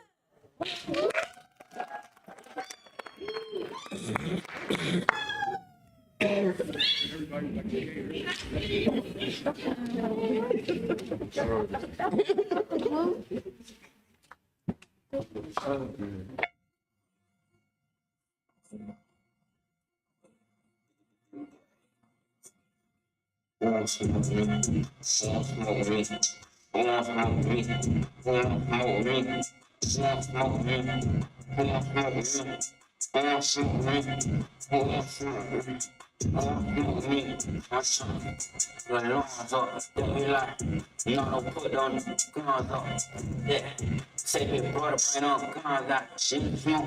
We get the spin on the gun. If I ain't a young shiner, then what do you call that? Be mad texting and all cats beating all day, laying down weight cap, overkill drills, spinning the building away. I'll be on what I'm on if I ain't rapping. It really wasn't no structure till the members came back. Now we know we ain't playing no more. Real trapper hit my dope like my hand, like my hand. With all the smoke, without saying you don't get it. With us some shit in your head, be straight.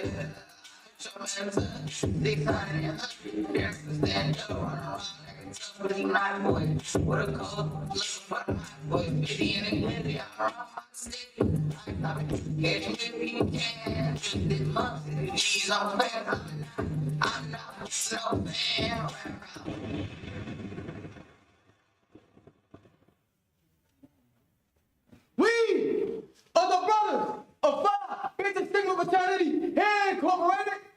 1st January 1914. 2014 on the campus of High University in Washington, D.C. Here at Bowie State University, we the adult singing chapter, also known as the Corleone family. And we gonna show you what we represent. And we represent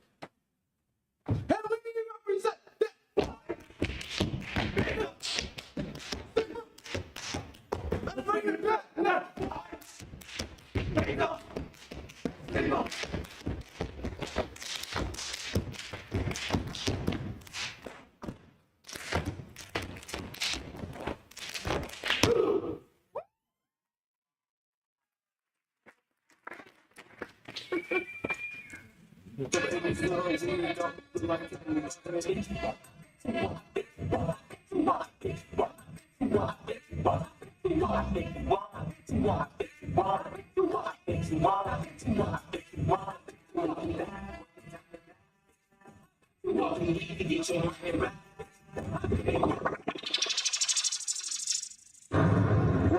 Hold up. When was the last time y'all went to church? Man, y'all need Jesus. Come on now. Boy, preach out. God shall wipe away every tear from their eyes. Yes, I be ready.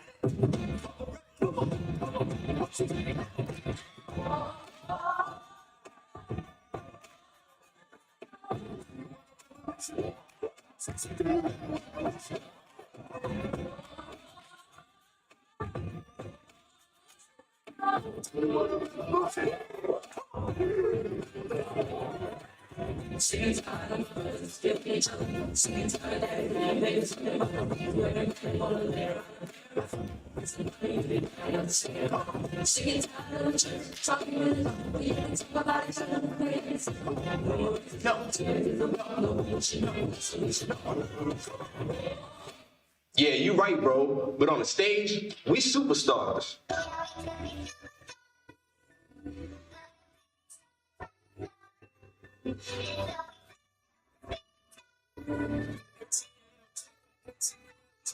Say you might be your killer, nobody can do shit around with you. Go against enemies like this little get off third on beat. I put it in for you, I stand for you, whether you with, I'm with it. How you gonna stop rocking with I got you lit in the city. I've been multitasking, rapping and being the dance, come out of the chips. I've been spinning on business and spinning.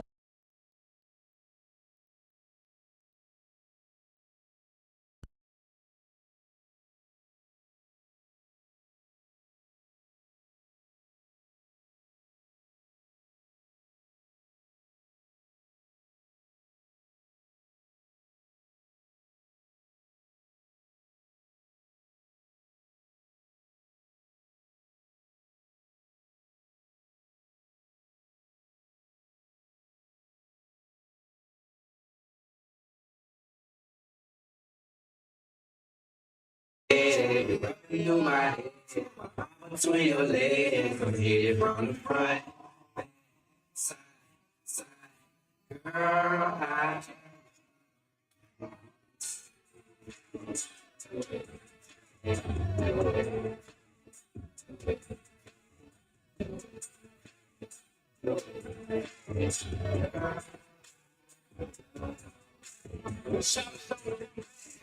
Monday, I'm at your whole feet. Let's shout a show unique. She rubbing on my back. I'm rubbing on her thighs. Her tongue off of my ear. I'ma take it up the first gear.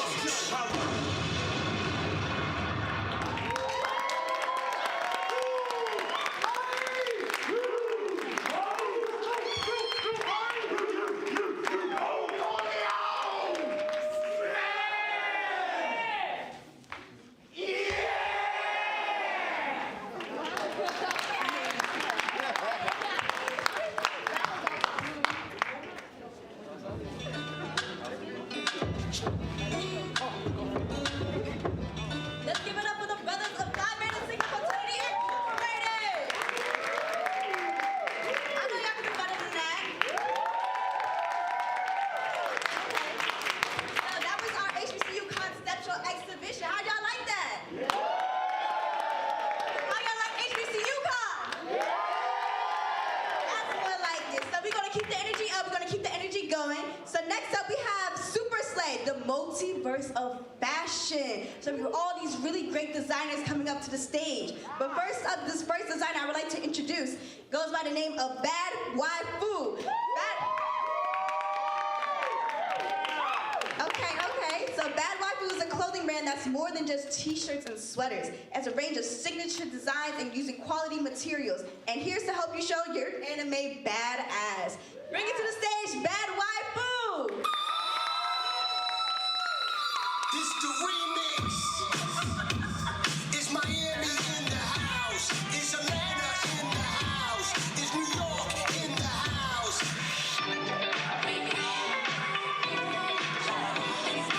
DJ Khaled. When you gonna stop playing? Damn chick, I could be a fantasy. I can tell you got big energy. It ain't too many of them that can handle me. But I might let you try it off the Hennessy. Make them sing to this thing like a melody. And if your girl ain't right, I got the remedy. It ain't too many of them that can handle me. Damn chick, I could be a fantasy. Every night, talking slang, get fine. I get down to get side. Baby, I'm so take you down if you only knew all the things that flow through my mind. But it's just a you want to come and see this. Pretty like Nunu, sweet like peaches. I'ma be a fantasy, you ain't gonna believe this. Hold up, got Mimi on the remix. On the count of three, get money. Broke to the left, we don't want it. I'm the one they love to hate, but they can't get past. Pretty face, no waist, and a big old bag. Damn chick, I could be a fantasy. I can tell you got big energy. It ain't too many of them that can handle me. But I might let you try it off the Hennessy. Make them sing to this thing like a melody. And if your girl ain't right, I got the remedy. It ain't too many of them that can handle me. Damn chick, I could be a fantasy.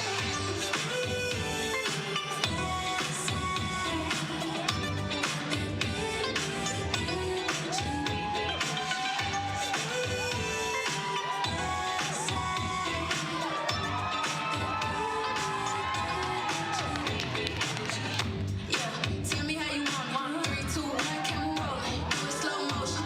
Real shit. Them up, long, all that big talk, I don't put 'em on. I'm just being honest. Lingerie, no check, blindfold. Tie me to the bed while we role play. Can't skill foreplay, kill cold case. I'm about shit, but tonight we do it your way. On the count of 3, get money. Broke to the left, we don't want it. If you ever see me broke, I'm probably rocking the cash. Pretty face, no waist, with a big old bag.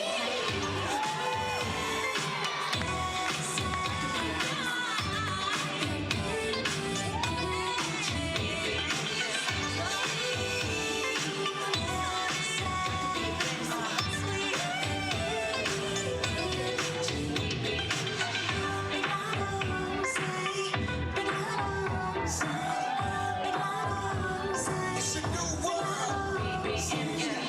It's Lionel. It's Mariah. And I'm looking at my wrist and it's a new watch. This the remix.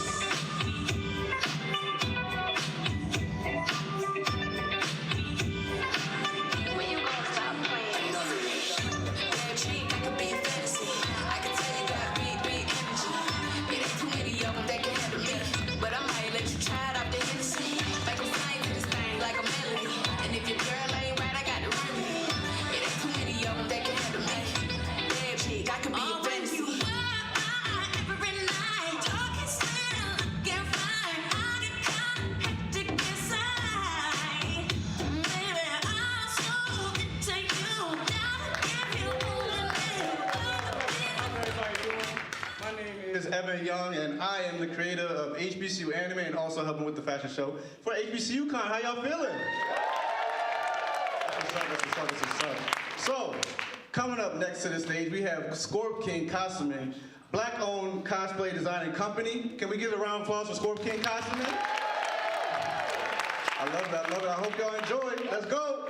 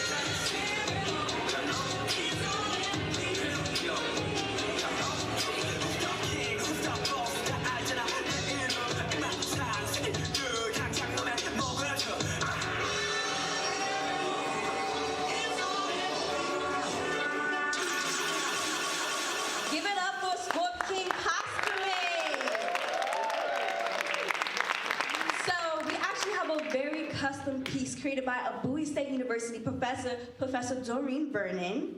So this collection, this piece right here is a lovely BSU student as well, Mariah. Give it up for Mariah, everyone. So what makes this piece so special is actually incorporates several women of history. So it shows different elements. For example, we have a Chinese element of Lai Zhu. She was a legendary Chinese empress. Hence why the song was I'm Every Woman, because we want to show the power of black women throughout all of our centuries, throughout all of the multiverse, okay? We also have elements of Egyptian pharaoh Hatshepsut, and she's the daughter of Thutmose, who co-ruled her empire. We also have elements of warrior queen Zenobia, who's also Roman and Egyptian as well. Mind you, this is all custom made by Professor Doreen Vernon. We also have Brazilian and Hispanic elements of Bandeira de Parames. She is a Brazilian warrior who is known to help the Southwest African attempts in control the slave trade. And last but not least, we have elements of Buffy St. Marie. She is an Indonesian Canadian-American singer-songwriter of the 1960s. Let's give it up for Mariah and Professor Doreen Vernon. Okay, so next up we have another custom piece by Professor Doreen Vernon. So coming to the stage.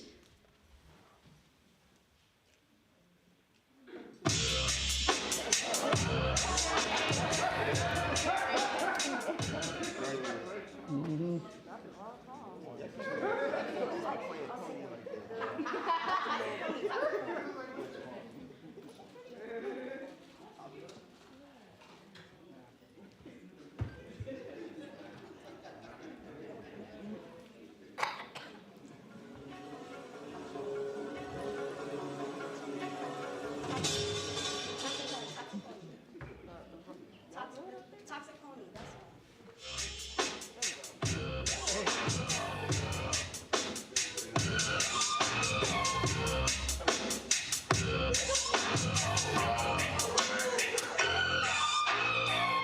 Baby, can't you see I'm calling? A guy like you should wear a warning. It's dangerous. I'm falling. There's no escape. I can't wait. I need a hit. Baby, get me in. You're dangerous. I'm loving it.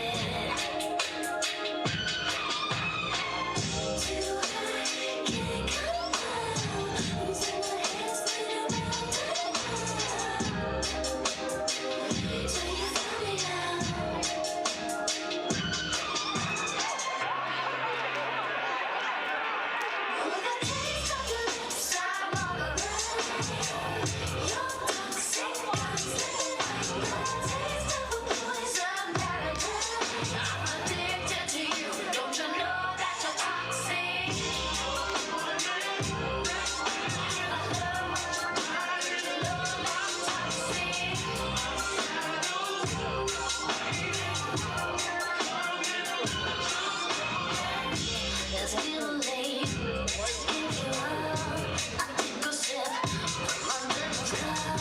Slowly. From chemical engineering, student to math, eating super important. Jada didn't always live life on the outskirts of society, haunting her prey. Jada was just a regular girl with a love for science. It wasn't until she was working late one night in the experiment lab, a desperate man, breaking searching for supernatural drugs. In a panic, Jada grabbed the pink mind-controlling potion bottle and drank the entire contents of the concoction. What she didn't know was the incredible mind-controlling power that would come with the potion. In a flash, she spun around towards the intruder, scared for her life. He continued to pursue towards her, ready to attack. As she spoke to the man, demanding that he leave the room, he became entranced by her captivating, toxic voice. She crept closer to him, her confidence steadily growing.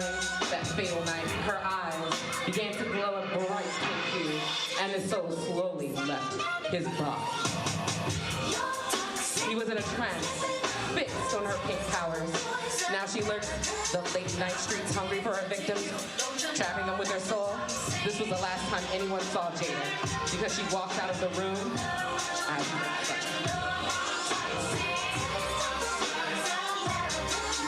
Alexa.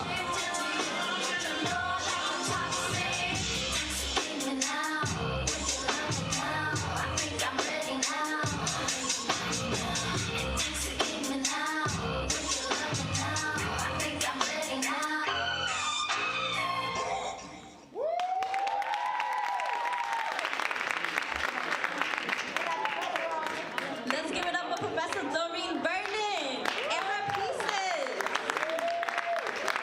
So next up, coming to the stage, we have a Bowie State University alumni, Shamika Gary, and her pieces. So introducing Shamika Gary Collection.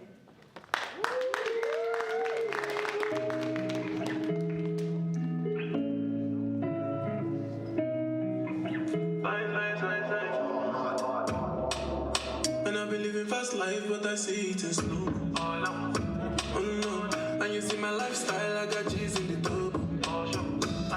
See many people there outside where they feed man's oboe. Oh no, and me I stand the defender like Joseph Yobo. That girl say she want Netflix and chill, so I chatty get even one it. If you fall in love, Kelly satin, you go to breakfast, I'm not capping. And you see drip pull, I'm not catching. I'm not faking this, no fugazi. You see these feelings, I'm not catching. I'm on quest and feet, I just want it. If I broke, now my business. I'ma show you, you go right. All I get for the night. If I broke, now my business. I'ma show you, you go right. All I get for the night.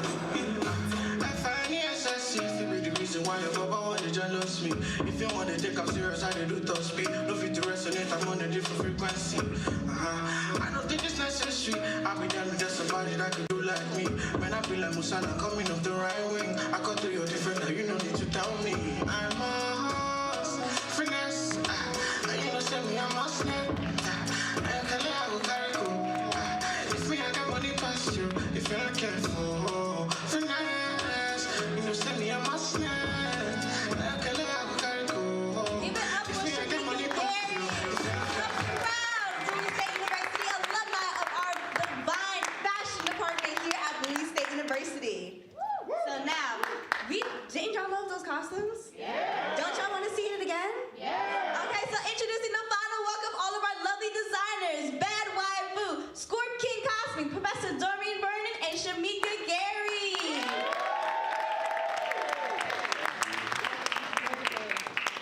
And our final presentation, can we cue that up as well, please? Thank you.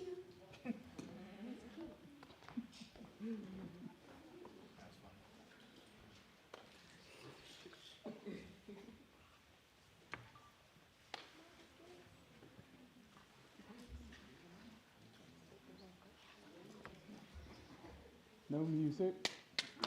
No music. No music. No music. No music. No music.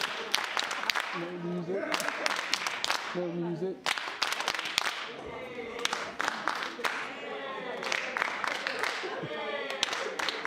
Hey.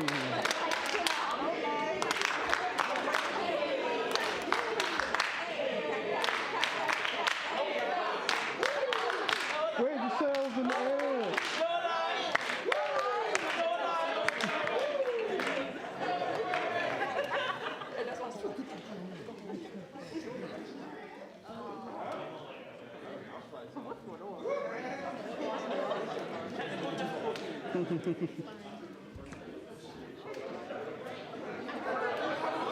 I'm sorry, it just seemed appropriate. I was just like, no.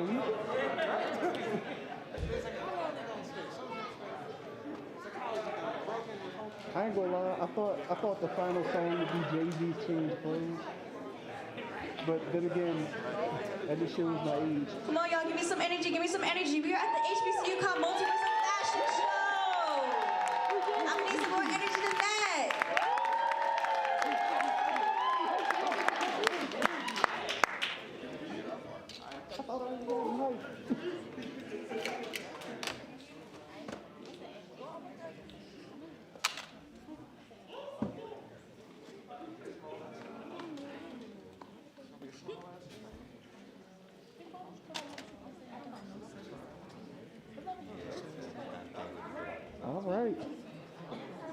sponsor.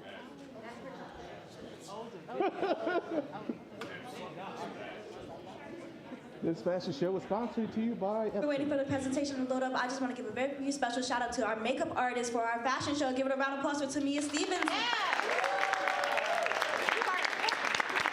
right, so we're going to cue our presentation now. All right.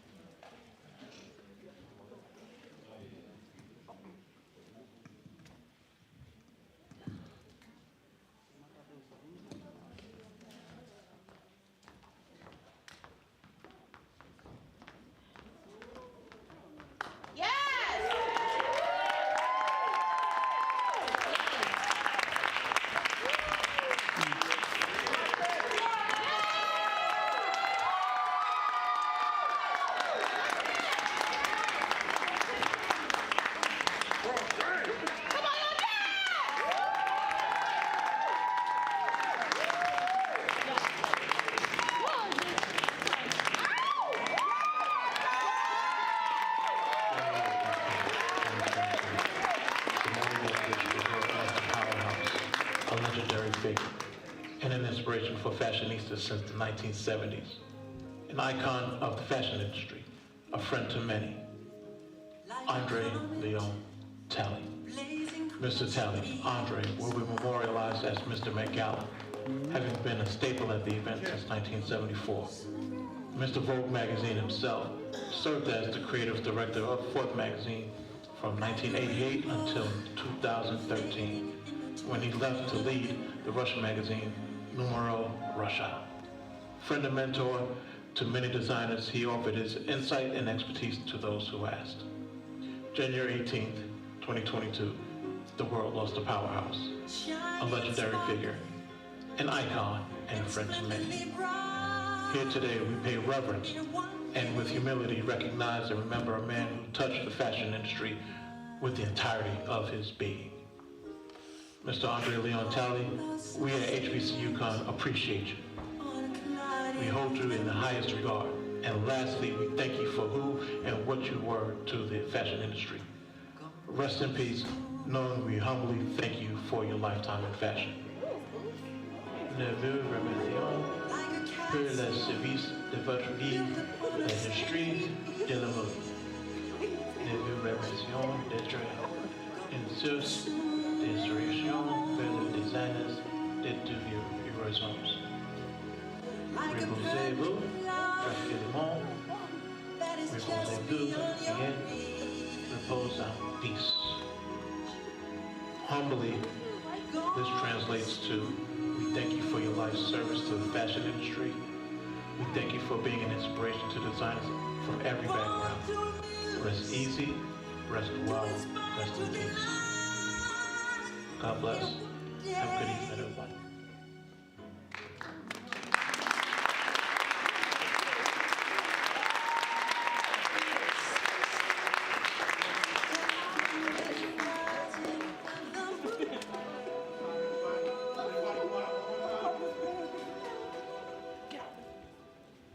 Round of applause one more time for our models.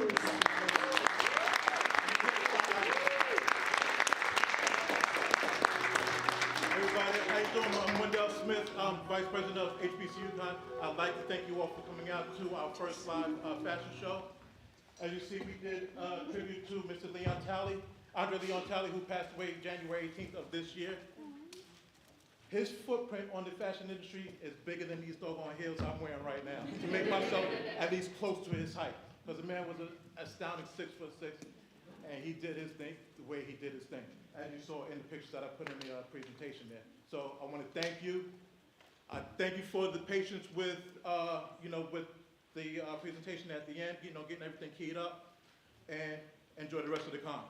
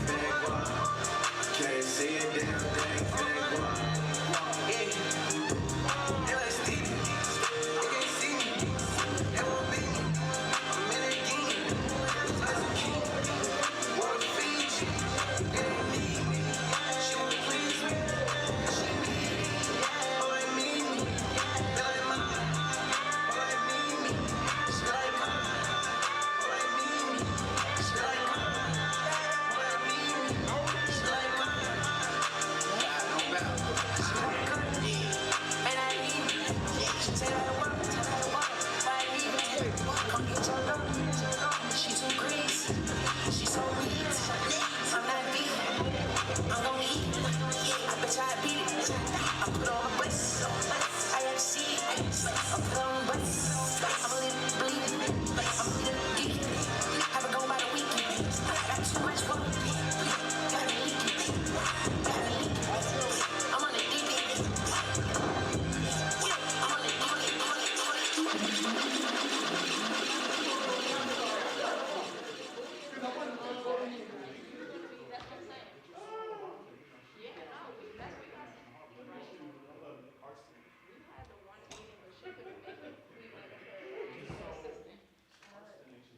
Thank you so much for your support. You are good to go, my friend. All right, can you make sure they're on both magnets? Yeah. I'm going to introduce you to DJ Reese. That's okay, like this is Professor Taylor, who's my cashier. He's the chair of the finance for my arts department. Did they change? Oh, we can't. And then his wife, Morgan, she'll be here today. She'll be on the panel at 6. She works for iHeartRadio. Yeah, so I would definitely want to connect y'all. Yeah. Because I know y'all are looking for good people. Yeah, your car should be good because you've only been here 2 hours. Oh, no, I'm talking about my business card. Oh, yeah, get your business card.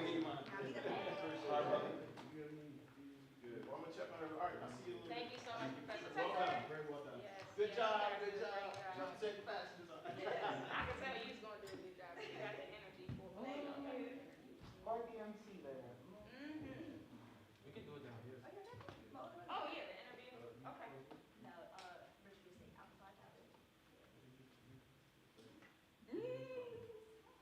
So did you do the argument like this? That's Brian. Brian Singhor. He went to Bowie though. He was a VCDMA student. Yeah, that's his wife on the Tracy. That's my Neo. Yeah. And her older sister is my line sister. Yeah, her biological sister is my line sister. So both of them pledged this chapter. No, she was here earlier this morning. She actually had to leave because she got paid for a speaking event because she believes I have a PhD now. So. This is a chapter? I pledged here. No, the adults are talking. Oh, not Yeah. I was like, Oh yeah, I had to set it out. Because they got a regional, a collegiate meeting. They said they were going to be back tonight. So I told them where the after party was so they could at least catch that. And then, hey, I'm so glad I found you. I know, I'm so sorry. Yeah, no, it's all good. You were doing good stuff. But yeah, so. And yes, she's been looking for me all day. All right, there we go. And No. Awesome. So, you know what I'm saying? Like, you go in and then I'll go in and then.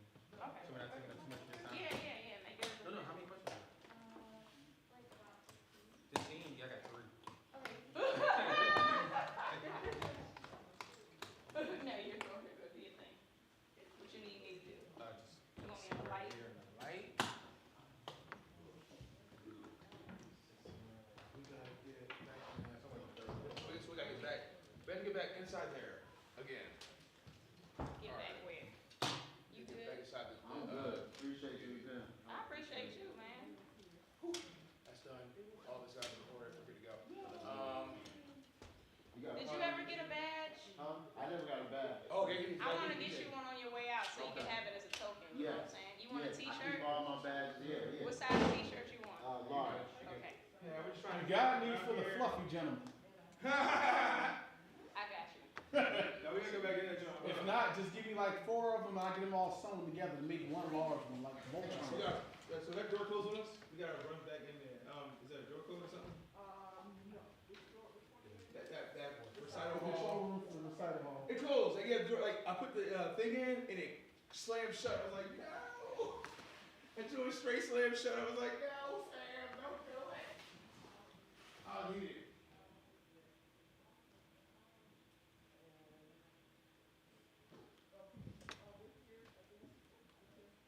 You running OBS? Huh? You running OBS? Yeah. Yeah. Easy, simple. Yeah. Slam it in, slap the cameras in. We done. You know what I mean? OBS is very easy and very simple. Yeah, I did that when I was doing a shutdown. I was doing virtual Zooms and stuff. Yeah, so I was big on OBS. Everybody was. Everybody was doing the DJ joint. It was like really good though. People were happy. People really liked them. Yeah, folks really liked them joints. Shoot, my homie Mike Salva started making a killing doing Yeah. DJ sets. Yeah, everybody been It's crazy. Yeah, you're right. Mad has been doing that shit. I was like, damn.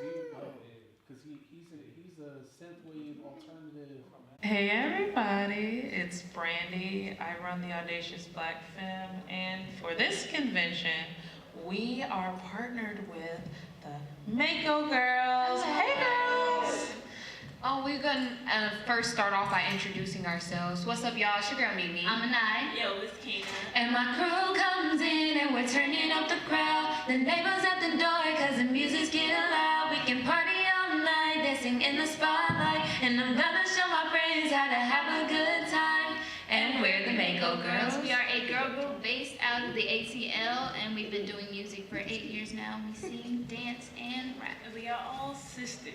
Yes. All sisters. Yeah. Wow. So okay, so you guys are all sisters, but you're not you're not triplets. No, not triplets. So okay, so how does the ages work? Okay, so we're each 2 years apart. So I am 18. I am 21. And I am 22. Ooh. So I thought you were way younger. Really? I'm very curious on the age. Oh, you really want to know how old? Yes. I thought you guys were like 14, 16, Oh and like 18. Oh my God, really? Yes, I was like, so I saw you guys the first time. I was like, they gotta be in high school. But now I know. Yeah. You guys are turning to the Mako women Yes. versus the Mako girls. Right. So yes. Out of college, in college, starting college. Yep. Oh, so you enjoying college? Well, I would say it's a different experience for me because we're always busy. So I do a lot of stuff online. I started on campus before everything started going on in the world. And then it's transferred to me being online. And then my schedule got super busy. So now it's like scheduling it out, just trying to make sure I finish is the thing. So you would be a junior? Right now, well, I started a semester later. So I'm a sophomore now.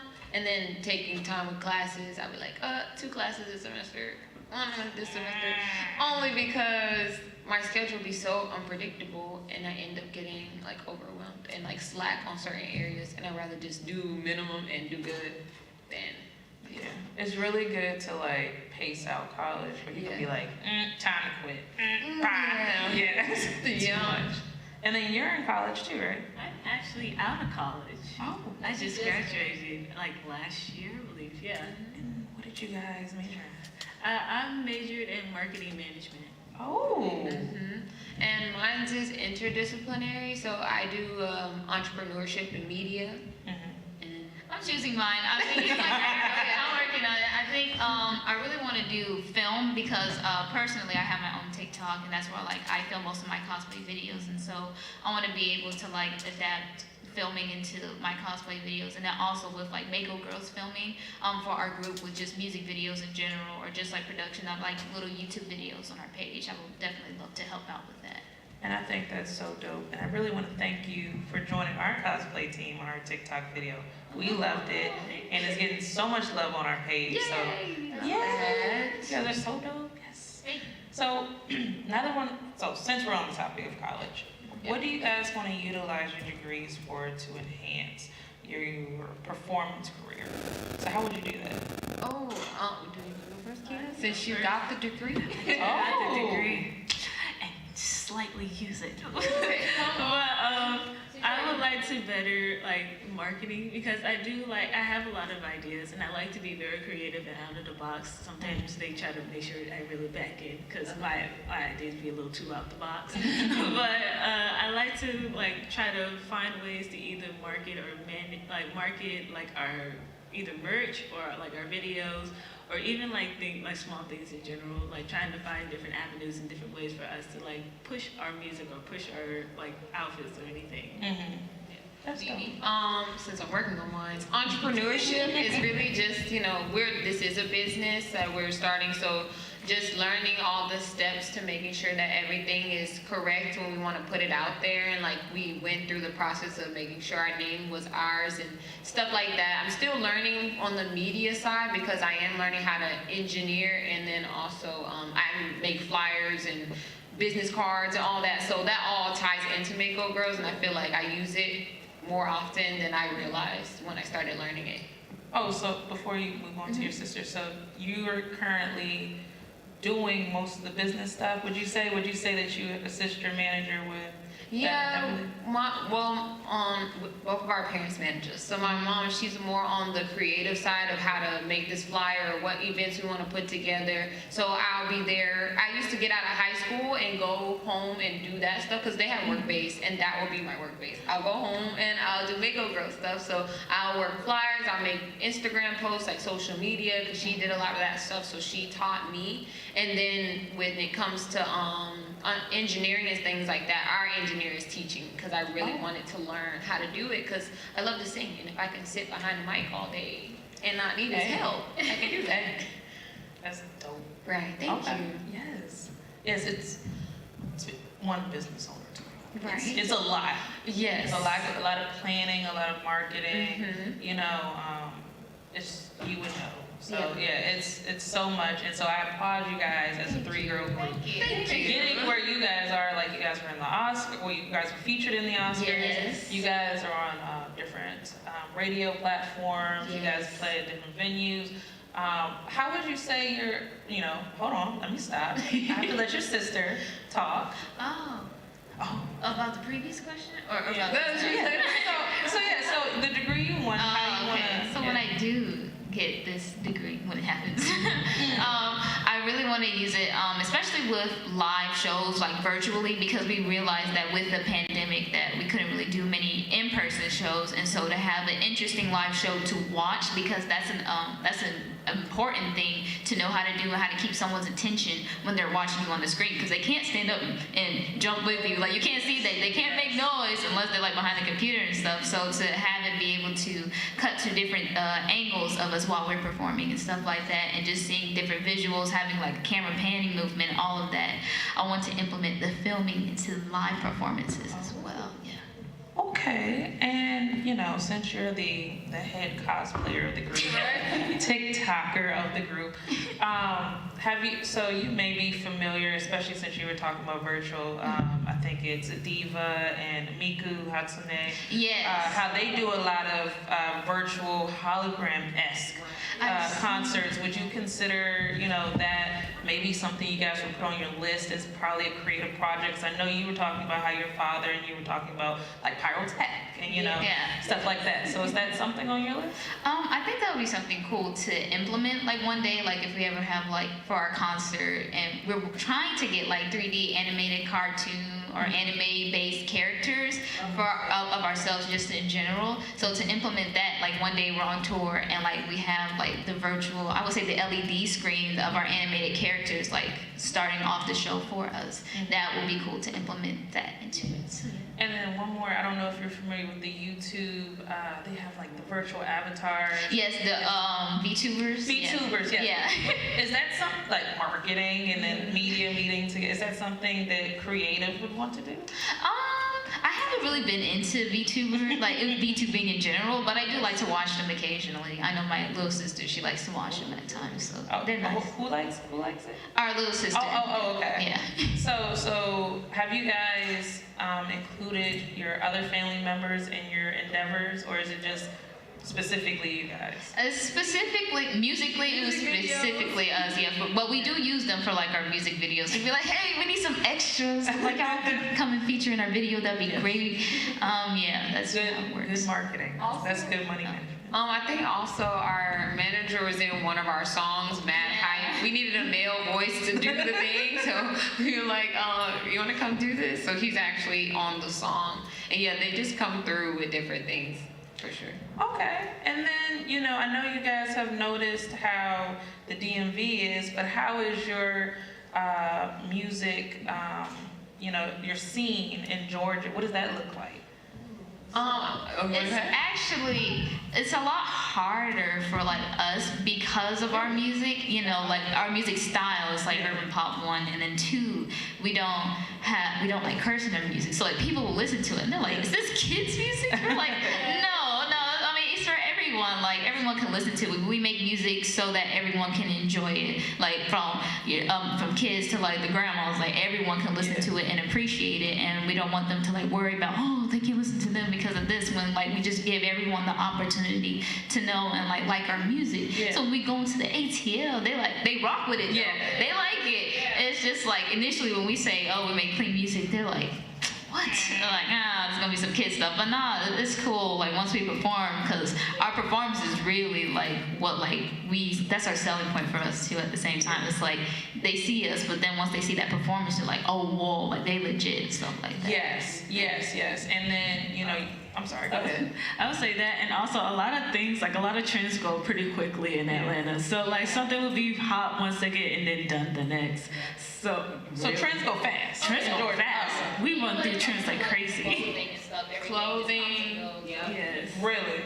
We have to keep going. Whatever new song is out, when we have like dance mixes in our performance, like we gotta switch out the song every once in a while because the new hottest song is switched already. Yeah. So how do you keep up with all these trends? If it's gone, like how do you do that? Like people with all the dances and stuff. I would say, go ahead. I would say TikTok definitely like helps us with like keeping up with the new music, the new trends, and then occasionally having the radio on just to see like what everyone is listening to, what everyone likes, because we listen to a very diverse set of music. So like we got to make sure that we get in the loop and make sure that what we do perform, like people they do rock with it and stuff like that. And then even songs that just sound timeless, like they have a beat that like can fit for any year, we kind of implement those type of songs into our performances as well.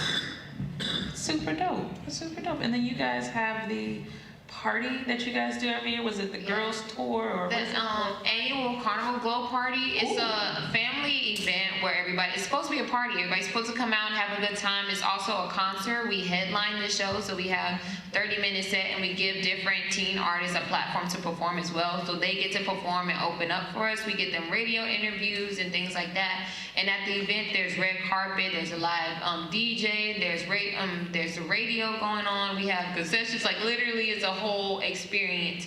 And we make it fun. We'll do like a dance contest for the newest iPhone or for like $500. Like we'll make it really fun for people to come out and just have a good time with your family, your friends. It's not specifically for girls, so I feel like because we're your girl group, sometimes they will think that. Some people thought it too. But we're like, no, it's for everybody. It's like when you come experience it, you definitely will be like, oh yeah, gotta come next year. Gotta bring my friends.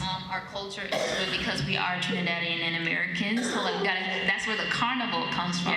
So like we implement that into like our show set, and then even the music that we play like after we perform and stuff like that is Caribbean music all the time. That is so dope. Thank you. So dope. And then so you were talking about people think you guys are like pretty, like you do like Disney. What is the venue? Where is the space for Mako Girls? Where do you say Mako Girls should be? Where does that look like for you?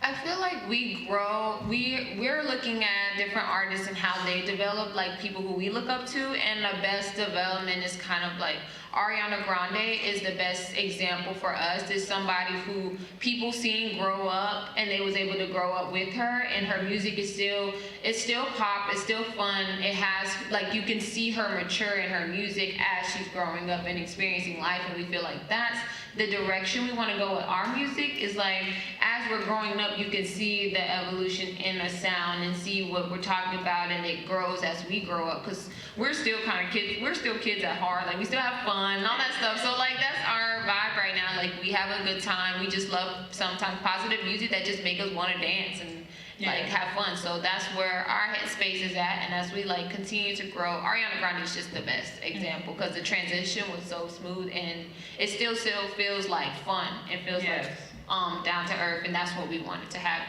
in our music. That's so dope. And then, thank you. Yeah, I mean, so I'm thinking about like, so you know, you guys, I've seen some of your videos. I even saw your video like when you started and when you began. You started as little girls. Yeah. Yes. And you know, before I ask my next question, what is it like starting out as a girl group at a young age? Like you're doing the whole Michael Jackson thing. Right. Go ahead, Keena. I would say it was very difficult at first, because all of us, we're still kind of not getting the whole thing. So at certain points, we'll be like, okay, well, let's reach this amount of followers. And then certain people are like, oh, well, you need a higher number or you need this. And then posting became a problem because we're like, we don't really need a post. It's fine. But posting, like, having to be consistent also had to be geared into us because we're like, we don't really need a post. It's fine. We're tired. Let's just throw in the towel. And then school came a problem as well because we had homework on top of that because we were young. So it was a lot. I know initially, like with being in a girl group at a very young age, I would tell my friends like, I would tell certain ones. I don't tell everybody because I didn't want people to know that I was in a girl group. I was like having that Hannah Montana persona, like. So initially they were like, oh, you're not in a girl group because we never put off that like, oh, we're in this group and stuff like that. Like we doing it big. Like when we were in school, like we were just kids. I was a quiet kid walking around and stuff like that. I was chill. Yeah, like I didn't. Quiet kid? Yeah. Okay. Well, initially, when you meet me, it's like I'm very timid because I feel people's energies and stuff like that. So like I just know if I will like vibe with you or not. But like once they got to know me and stuff like that, they were like, oh, like you're cool and stuff. And once I say that I'm in a girl group, they're just like, what? And they didn't. My best friend, actually did not believe that I was in one until she saw the performance stuff. She was like, oh, you were serious? And I was like, yeah, I wouldn't lie about this. Yeah. Well, it's not that common these days. Yeah, it's not. You're a rapper. You're an Ariana Grande. Yeah. And so initially, and then even like the response from school was crazy because we did it young and we were in school as we were Mako girls. They even let us like perform at the school, at our middle school and Keena's high school actually when we were that young, and that was like crazy because I walk in there I'm like, oh yeah, I'm a superstar, and when I leave school I'm like, don't ask me about that performance, okay? That's not me. Yes. Oh, do I have it? Let me think. Growing up, performing. No, I think they covered everything. It was just adapting to the new things that we didn't already do, like recording ourselves or going live and talking to new people all the time. Like those things just had to become a habit, and that was the struggle, like growing up. So like, why we have to do that? Like now we see it's a demand. Like you see the benefits when you do it consistently, but growing up, that was the struggle. Man, and then it gets me thinking, like, what does your schedule look like? Right. Because you probably didn't get to have, I'm gonna go play with my friends. It was, come on, Keena, let's go record the new song. Let's do this. No, our best friends actually was with us through the whole process. My best friend used to take our pictures and stuff, so she would travel with us everywhere. And her sisters, when we had shows, they would come too, and her sister's her best friend, and their oldest sister just became our friend because she was around us so long time. So it was actually okay because they was with us through the whole process. When we set up the glow party, when we go do music videos, when we travel, they would come. So it kind of was easier because we didn't have such a big friend group that they were able to come around for all of it. So the friends, I think, spend the night and going to birthday parties. That part started to be hard to do, but they was there for everything. So because we didn't have a big group, it felt like we didn't miss out on much. Like intimate. So you would say that you were still able to hit your core childhood experiences while still doing Mako Girls? Yeah, I know. With like school, when it comes to like band or dancing and stuff, I was in band growing up, but then high school, I was like, I'm not gonna join clubs because I can't commit. Like I don't know if I'm gonna show up that day when you have something to do. And then one of the dance coaches was actually one of my teachers, and we did a music video, and she was like, I'm so mad you didn't dance for my dance team. I'm like, I'm so sorry. I like, if we could have worked this out, I might have done it, but I just knew my schedule was like out of control. We still had, because our schedule wasn't as busy at the time coming up as a girl group, so like we still had our moments where like we could be like kids, and then we would have our professional moments when we had to be Mako girls, but it was like an even blend, nothing overpowered the other, especially because we're so young and like coming up. But I know with like just, I would say school experiences, I did try out stuff because I didn't want to miss like that core experience with life. So like I did volleyball, and I was like on the JV and varsity team first year. I only did it 1 year though because I didn't like the team. But I like to try everything, and then even in middle school, like I would try stuff and stuff. I would sample. That's what I say. I would sample certain stuff, and then I'll like get at it a bit once I'm done.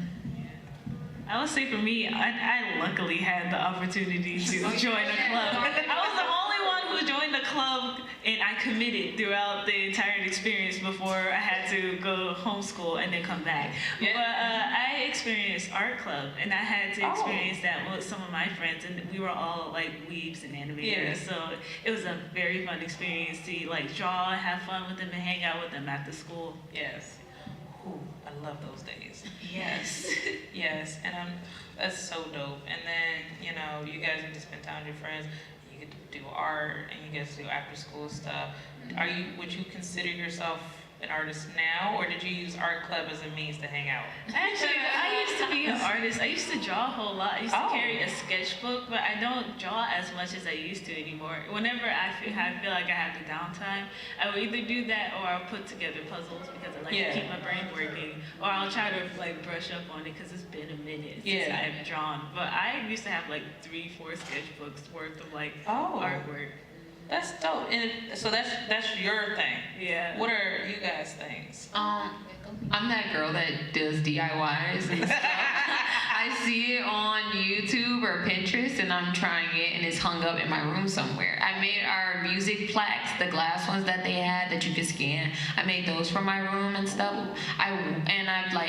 I want to do this like painting, things like that, like I'll get into because it's fun for me. The drawing, that was my dream as a child. I did not get it down. Stick figures is all I got for you. And painting is just fun for me when it comes to like artsy things. You? Oh, it's funny because I have a lot of hobbies because I switch to them a lot. Like, I don't stick with anything, so I try everything out, but I know like what's consistent now. I like to play video games at times. I like to play sports. So like in the summer, like when we get back home, we're probably gonna go home and play badminton or something, or play volleyball and stuff. Like even in school, I didn't do art club, but I was in like all of the art classes because I like to do art occasionally. Like I would step into it and stuff, and my teacher would be like, "Why aren't you in the art club?" And I'm like, "Yeah, I don't want to do it. I do it for fun, you know. It's cool, but yeah, I do that, and yeah." And what would you say were your top 3 video games? Ooh, okay, so I love story-based games. Okay. So I had to put the Walking Dead series in there. Okay. Because it's like top tier. A game that I would say is underrated, that no one plays a lot, or at least I don't hear anyone play a lot, is DJ Hero 2. Oh. Because like I'm on, because I'm like on expert level now. Like I've been playing it, like all the mixes are fire. Like people need to get into that game. Yes. And one more, I would say like just to throw in a new series of the Little Nightmares game. Oh, yeah, that game is cool. I like it, and like it's not too scary. I played it when like I was back in like the early pandemic. I was playing that game like the whole time, and I was like, I love it. Oh, this is one just to throw in there, Dead Rising. So you like Dead Rising? Yes. Oh yes. That game is fun. Yes. That's, can't talk about video games. I wish I could. I also noticed that you guys are big fashionistas. Yes. So tell me a little bit about that. I know you guys say you partner with Dolls Kill, but tell me a little bit more about that. Oh, we really came into our style in the whole our manager would like help us like pick out outfits. And we're like, it's alright, that's cooler, and we just put it on. But like once like it came to the pandemic and like TikTok was like a big thing, we started to see different styles and stuff. And I was like, oh, I like the way she dressed. So my aesthetic changed at least 4 times in 2020, and I finally got to like a solid place now. So it's definitely TikTok that really grew the influence on our fashion, and like now I'm a shopping addict. Like I have a Shein order coming in on Monday. So like, yeah, that's where the fashion really like came in. That and Pinterest as well, just seeing different aesthetics.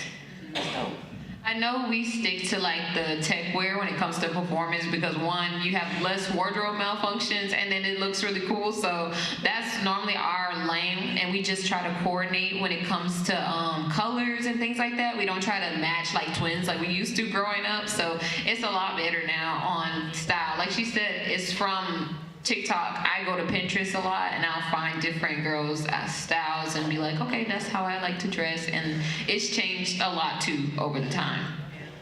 I would say for me, I put on whatever I feel like I love. Yeah. So anything that catches my eye, I'm like, I like it. I'm gonna keep it. Is it a vibe? It's a vibe. It's a vibe. It's a vibe. And then I know when I was younger, when we first like originally started, I would like to implement anime stuff or like little like props or knickknacks into like my outfits, and especially like when it came to TikTok, I used my Naruto vest as one of the little outfit pieces to one of our TikTok videos.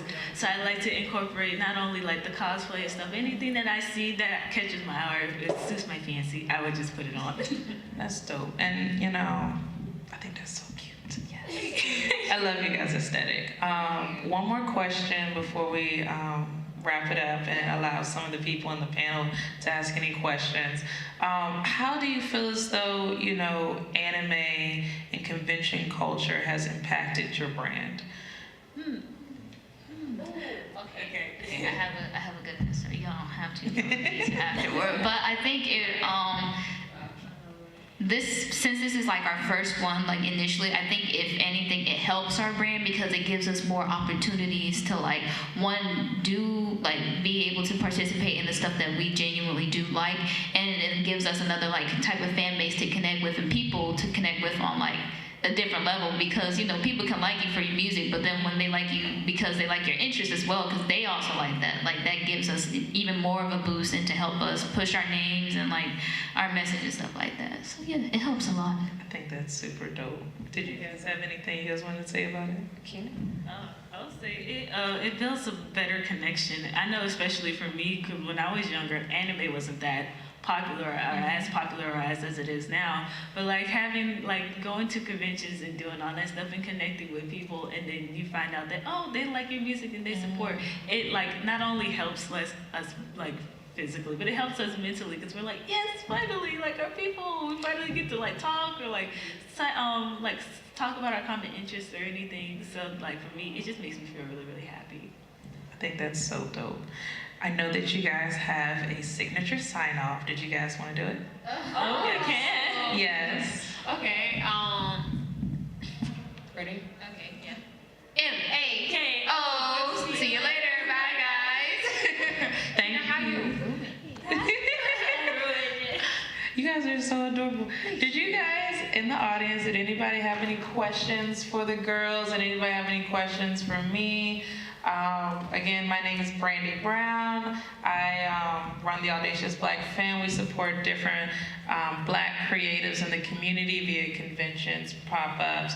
We also promote our sustainability project for Black creatives that we have recently started, where we home Black creatives for a time, educate them, and help them get hired with different big-name companies. But I really enjoyed talking to you guys. Thank you.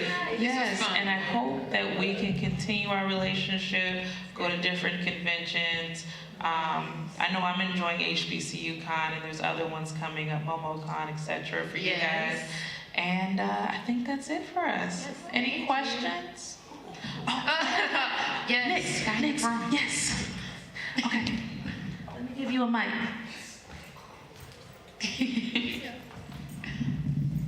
Hi, sorry, I'm a little shy. Hi. Hi, Mango girls. Hi. So I'm Nix, first time caller. So I ain't thinking about you slaps. Thank you. So hard. Thank you. I was wondering when we could anticipate an EP or an LP. Oh, great question. We're trying to release one this summer or towards the end of the summer. So Definitely expect it around the summer, and then you can just like check on our TikTok, our TikTok or our Instagram, Mako Girls, and we'll definitely like post on there about it as well. But definitely, if you like and think about you, the music video comes out in 2 weeks, so get ready for that. But we're definitely releasing an EP around the summertime, so we'll keep y'all updated on that. Cool. Follow-up question. Will you be taking interviews for the rollout of the EP or LP? Yes. Oh, most definitely, yeah. Okay, that's all I need to know. That's cool. Thank you. Girls, one did more you question? One more question? Yep. Oh, Let's do it. No problem.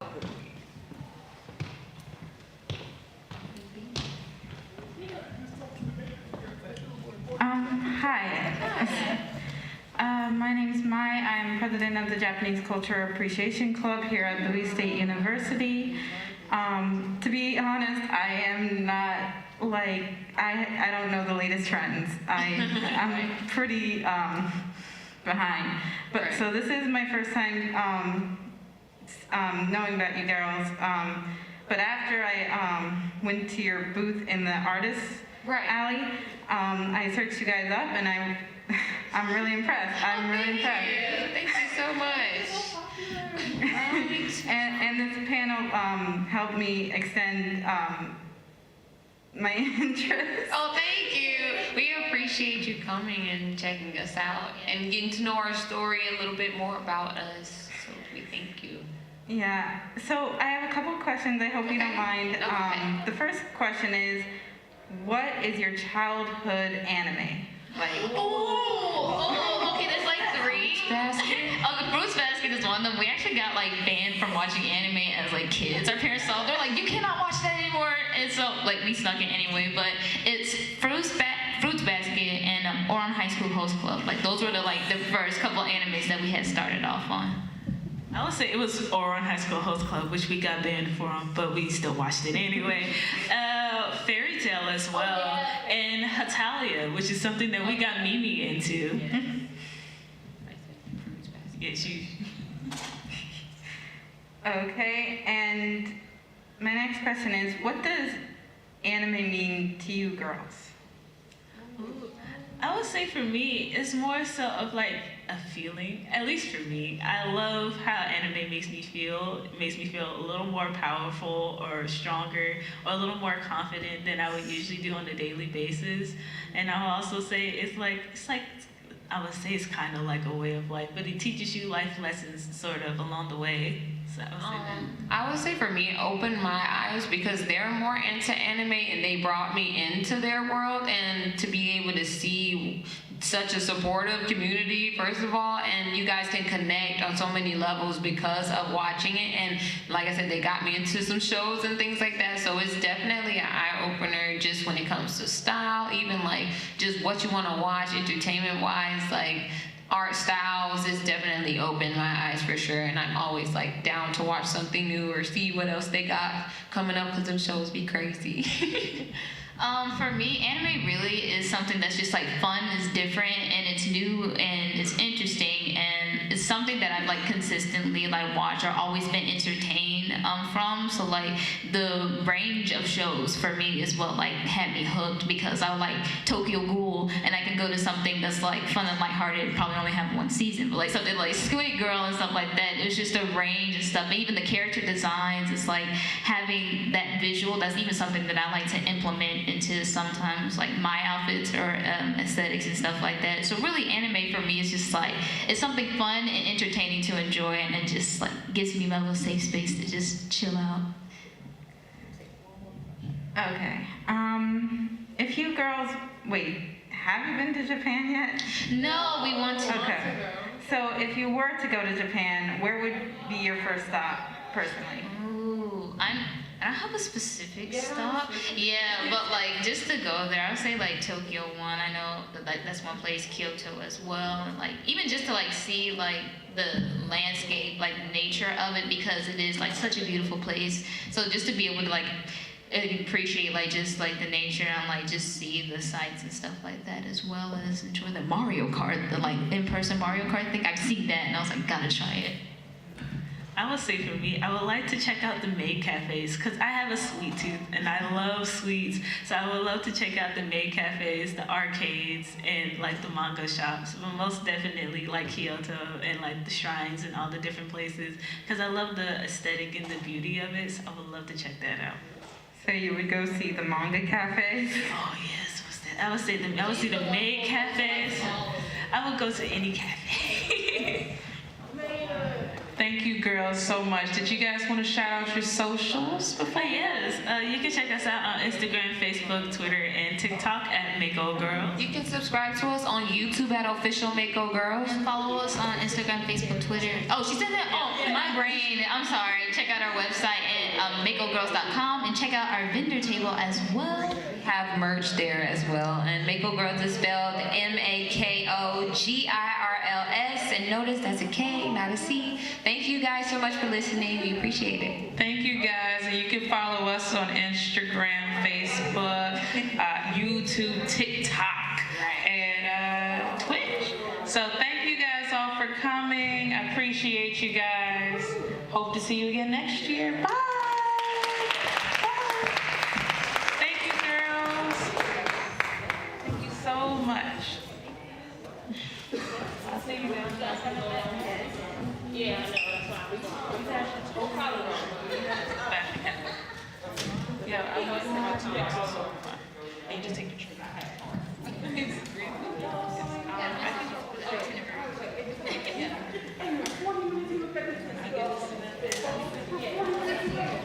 Yeah, you told me that. I'm so sorry.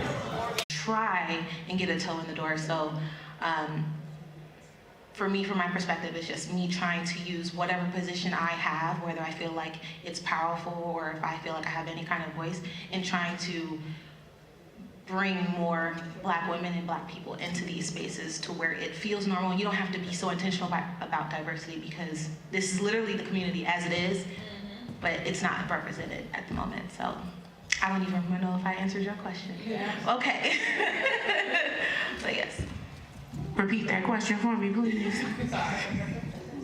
Let's talk about what is unique, what possible creative edges you may have, or what's unique about your experience being a Black woman in your particular space. Okay.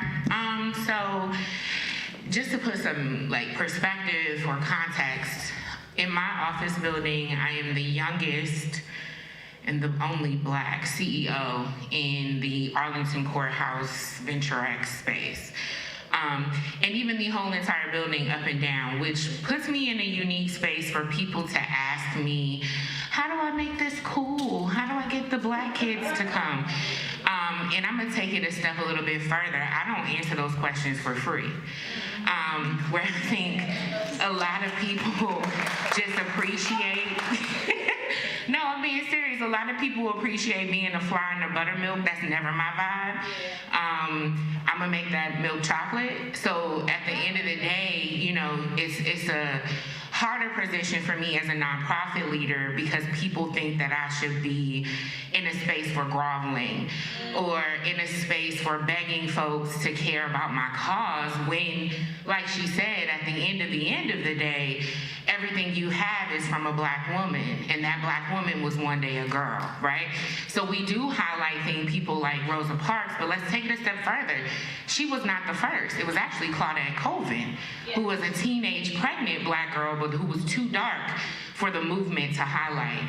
So being in this space, I have to fight white gaze and also Black respectability politics, where people have an issue with the fact that I will not align with brands because you want to give me $1 million, especially if that's only going to be contingent upon me telling you stories of Black tears and sad stories about little Black girls. That's not what I do. That's not what I sell.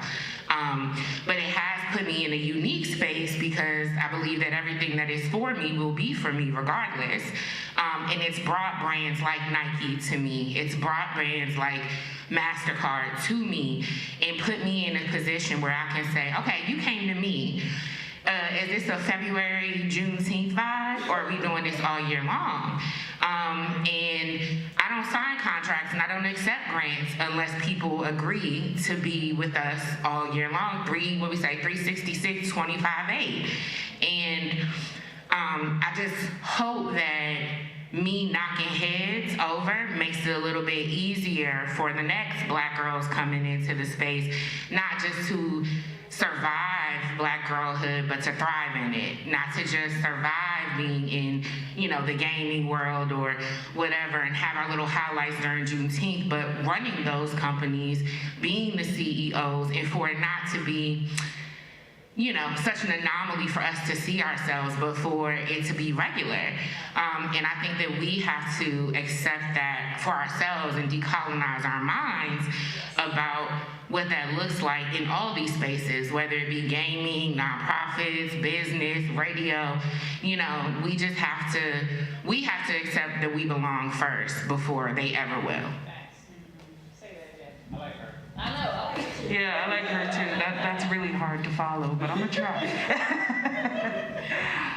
So for me, I am, you know, Hawaiian and mixed ancestry, Filipino, Portuguese, mixed plate is what we call it in Hawaii.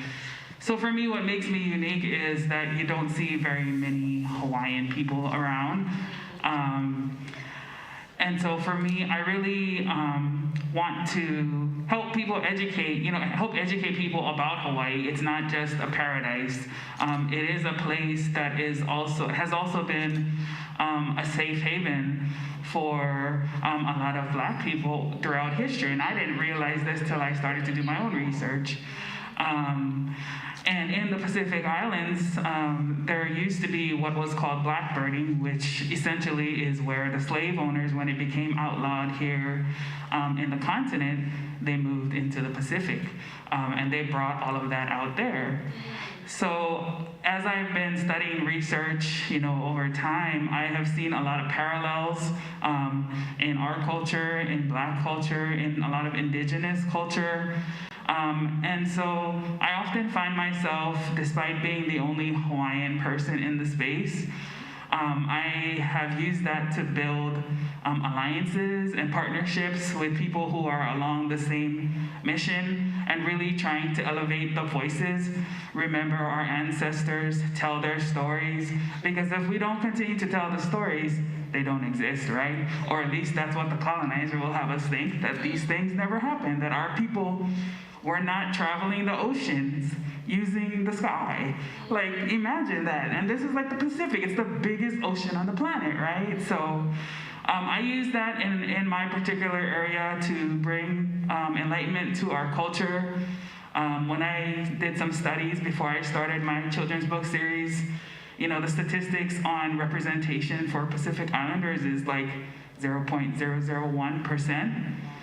So for me, this is my area to put our voices out there and, make our stamp and hopefully attract, some of the others who also want to come along with us on the journey and help everyone. I write for like a global audience, so I hope that, others will come along and be here on the journey. And I really look forward to everything that, everyone is doing these days. I see a lot of success, particularly with independent creatives. So if you're out there and you're thinking about what you can do, don't wait, just jump in and see, what you can contribute to the space. Tough act to follow there. Sheesh, you guys are so amazing. So for me, I have, like I said before, just been a media, radio nerd, and so I have used that to propel myself with opportunities.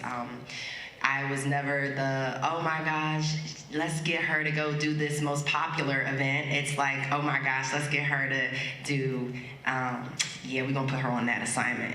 And you know what that has done for me? It's made me extremely versatile. So I can report traffic, I can report news, I can do your arts and entertainment, I can do sports. And with sports, that has been one that I found myself a token many times, especially covering certain sports like NASCAR and X Games, things like that. But what I will say is, me seeing myself in that space, it gives me an opportunity to reach back and say, hey y'all, we're not over here. We gotta get over here. So when I am talking to younger media professionals or people who are just interested, I'm letting them know that, hey, like y'all said before, just to echo that sentiment, that there's room for us in these spaces. I mean, Bubba Wallace has been racing for a long time. He has been racing for a long time, but it's only recent that we've just started to hear about it because, again, representation is we are starting to see ourselves. And I think if it wasn't this past weekend, the weekend before last, we just had the first Arab American female race car driver at Talladega. So again, we are in these spaces and bust through the walls that you don't necessarily believe that you're supposed to be in. And yeah, break those ceilings, break the walls, and yeah, get in. And make room, because we here.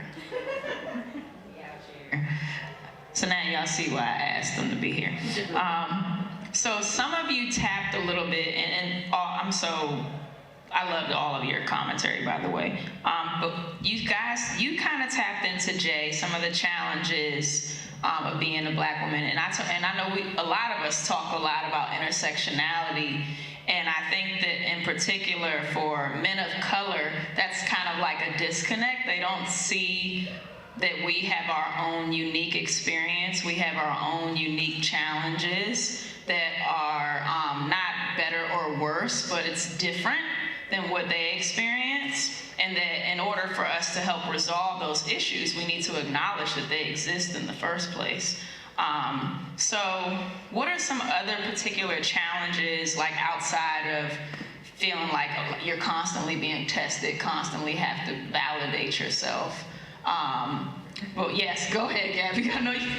Every time I walk into a space that is predominantly Black, or say just like, I hate to say it, but like the educated Blacks, right?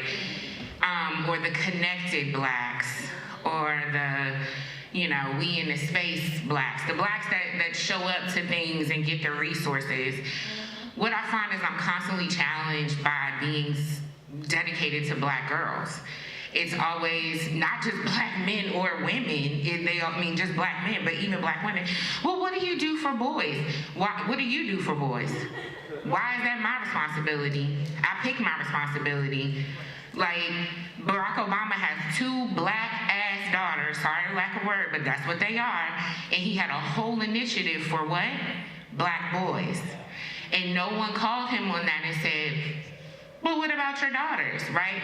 So it's so hard sometimes, it's not hard for me no more, but for some folks, it would be hard to stay the mission with so many challenges, even in your own community, and people wanting you to de-align yourself and put somebody else first that, no shade, has never put us first. There's not been one social movement that was not started, sustained, or cultivated by a Black woman for Black people.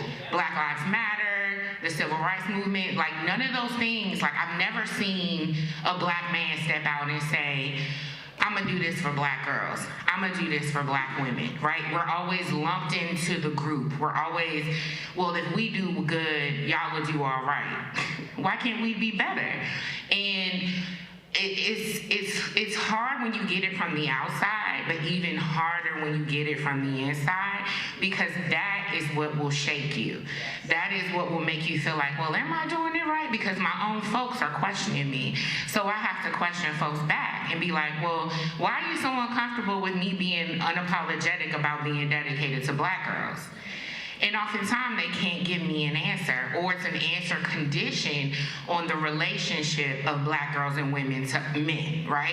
It's always like, well, teach them to be more ladylike so that, I'm not meeting all these thoughts, or teach them to be quieter because when Black men speak, it's always a Black woman, yelling behind it. What? Are you talking about your own mama and daddy? Because that stuff you got to unpack at home. That has nothing to do with what the real world is dealing with, right?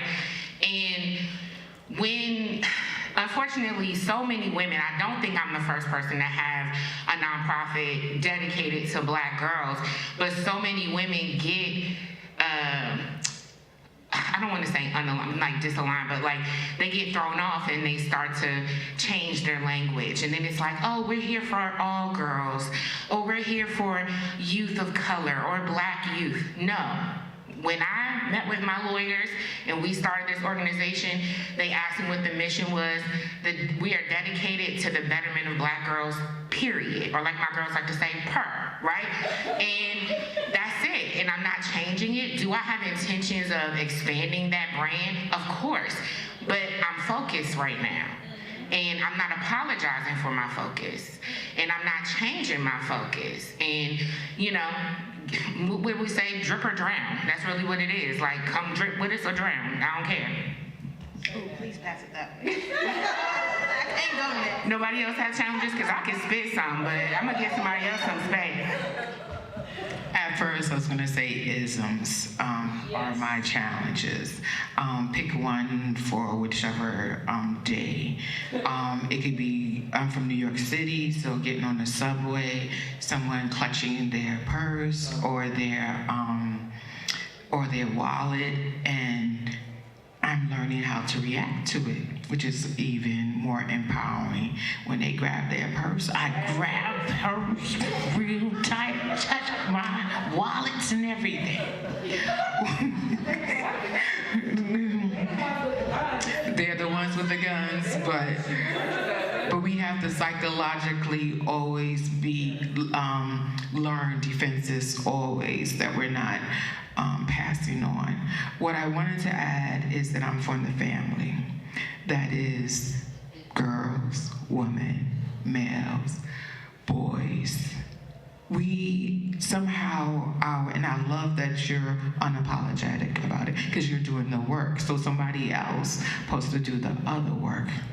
And then we meet at the end of the line. So that's why I say family, because they really try to destroy our family. Yes, our grandparents, who are, you know, that's a whole nother story too. And that needs dedication too. But it's isms. It could be color, it could be race, it could be weight, it could be, I've had texture. I remember a Haitian woman telling me, you look white. To her, I looked white. And I asked her where. She said, I said, where? And she's like, your chin. I said, no, this is on an omelet. Like, I know this is ancient. This is real ancient. Yes, so the isms are pick one for whichever day. The question's about challenges, right? Like what we're experiencing. I mean, I just always love panels because I just love hearing everyone's perspective. Challenges, I think over the past few years, some of the challenges I've had have been in the professional sense. Being one of the only Black people there, and I'm a light-skinned Black woman, so it's like where, you know, like what, again, the diversity aspect of it. And being that person, like even as a light-skinned Black woman, being that token where they're asking, what do y'all think about this Black History Month post that we're gonna put out? And something, I think you mentioned this earlier, me pushing like, okay, yeah, let's start it in Black History Month, and then like, let's make it monthly. Let's keep it going all throughout the year, and just having to push that, and something I've been learning about myself, and just surrounding myself with these people who help empower me, and I just, again, learn about it, is being a little bit more firm, because I used to be kind of scared, you know, really timid in a corporate atmosphere, afraid to speak in a way that I felt like I would be reprimanded because I'm being too aggressive, or you know, anything like that. And I mean, I'm a Leo, July 25th, baby, like, that's my twin right there. But like, I know I have a fiery personality, and it's mainly from passion. It's never from malice, you know, of intention or anything like that. It's just like, when I'm trying to say something, you know, I like to be heard, and I like to do that same thing for other people. And in the corporate world where I'm surrounded by people who are white and have that power over me, and me being the only Black person there, sometimes I used to feel way more afraid, because it's like, while you want to stand up for yourself, you could literally lose your livelihood, your job, you know? Like, it's really easy to say, oh man, just snap back at them if they, you know, microaggressions in the workplace and all kind of stuff. It's easier said than done. like that, your livelihood is on the line. How you pay bills is on the line. So my journey has still been about unraveling all of those things and unlearning a lot of the things that I learned at the beginning of my professional career, and learning how to advocate more for myself in the workplace across the different industries that I've gone in. So that's been one of my main challenges, is just, again, me feeling more empowered to stand up for myself and also create that space. Again, with any position I have, I'm always like, oh, y'all need a Valorant player for this? I know somebody who does that, and I'm just bringing every black woman I can along with me, no matter what the position is. And I'm trying to get my people paid, so. But yeah, that's been my journey, and my challenge is mainly unlearning a lot of the toxic workplace things that I had learned early in my professional career that have made me feel stunted as a black woman in the workplace. So I feel much stronger as each day goes by, so that's my thing. So for me, is just the challenge is being dynamic and being unapologetic about being dynamic as a woman, a black woman. I'm also a mom, I'm a professional, I'm a wife, you know, I'm a bad, you know what I'm saying? And I'm trying to do all of those things, be social and keep it all together, you know? And sometimes we don't have that representation. We can't see that, oh my gosh, you can be a mom and be professional, or you can be a wife and then turn up with your girls. That in itself is a challenge. And yeah, so, and I'm not here for it, okay? One thing I just want to I just want to encourage people to just be all of yourself. Try not to box yourself in. I hate when somebody boxes me in and they're like, oh, you a radio personality and you on this particular station. It's like, but I can also do this, this, and this. So don't box me into one thing. And I'm seeing like the younger generations, they're coming up, they're so creative and there's so many different things, so many different types of people. So just being dynamic and being true to that part of you. It's okay to, you know, cry one day and wake up the next day and you happy. It's okay to want to throw down and eat up all the food one day and then tomorrow say you know, I'm on a diet today. That's okay. It's okay. Just to be unapologetic about all of who you are, and you know, because at the end of the day, I mean, who are we to judge the next person if we're, you know, who are we to judge the next person, especially if we're just sitting and boxing ourselves in. So be all of yourself. One more thing I wanted to say before, I got a lot of things to say, but whatever. Before I started Tribe, I was in the nonprofit industrial complex, which a lot of people don't know, but like nonprofits are not, they're cool if the right people are in charge, but a lot of these organizations, these big names that we know of, and believe me, I work for them all, that were supposed to be for women, that are supposed to be for girls, they wanted to pay me pennies on the dollar, but they're selling my work at their galas for millions. And in that time, when I look back at myself, I don't even recognize her because I was not living authentically who I was. I knew what I was capable of, but that respectability was in the back of my head of like, this is a bigger name. Clearly they know what they're doing. They're doing this. And who's gonna fund me just wanting to care about black girls, right? So I devalued myself first. And that gave allowance to even more, you know, degradation on their part. You know, how low I felt about myself and how menial I thought my work was, allowed them to pay me $35,000 for 7 years, right? Like, people on unemployment were making more than me, and I was working 6 days a week. And when I finally left, I had about 3 months, 2 months of paid leave and a month of sick leave that I had never taken in that time. And I had lost some that, you know, that you don't use it and lose it. But it was so crazy to me because I felt like that's what I was supposed to do. I'm a black woman. I should be grateful to be in this space. I should be grateful for this good job, you know how your grandmother say it, you know, and what I found is that with all my respectability, with me straightening my hair, with me wearing pantsuits that were not flattering to this ass, you know what I'm saying? It didn't get me anything. It didn't give me anything because when they were tired, when they didn't need me, I was gone. And it didn't matter how much sweat equity I put into it. It didn't matter how many, you know, nice meet and greets I went to and let the old white people touch my hair and shit. It didn't matter because when they were done, right? And so all I had was the lack of investment I put in myself during that time.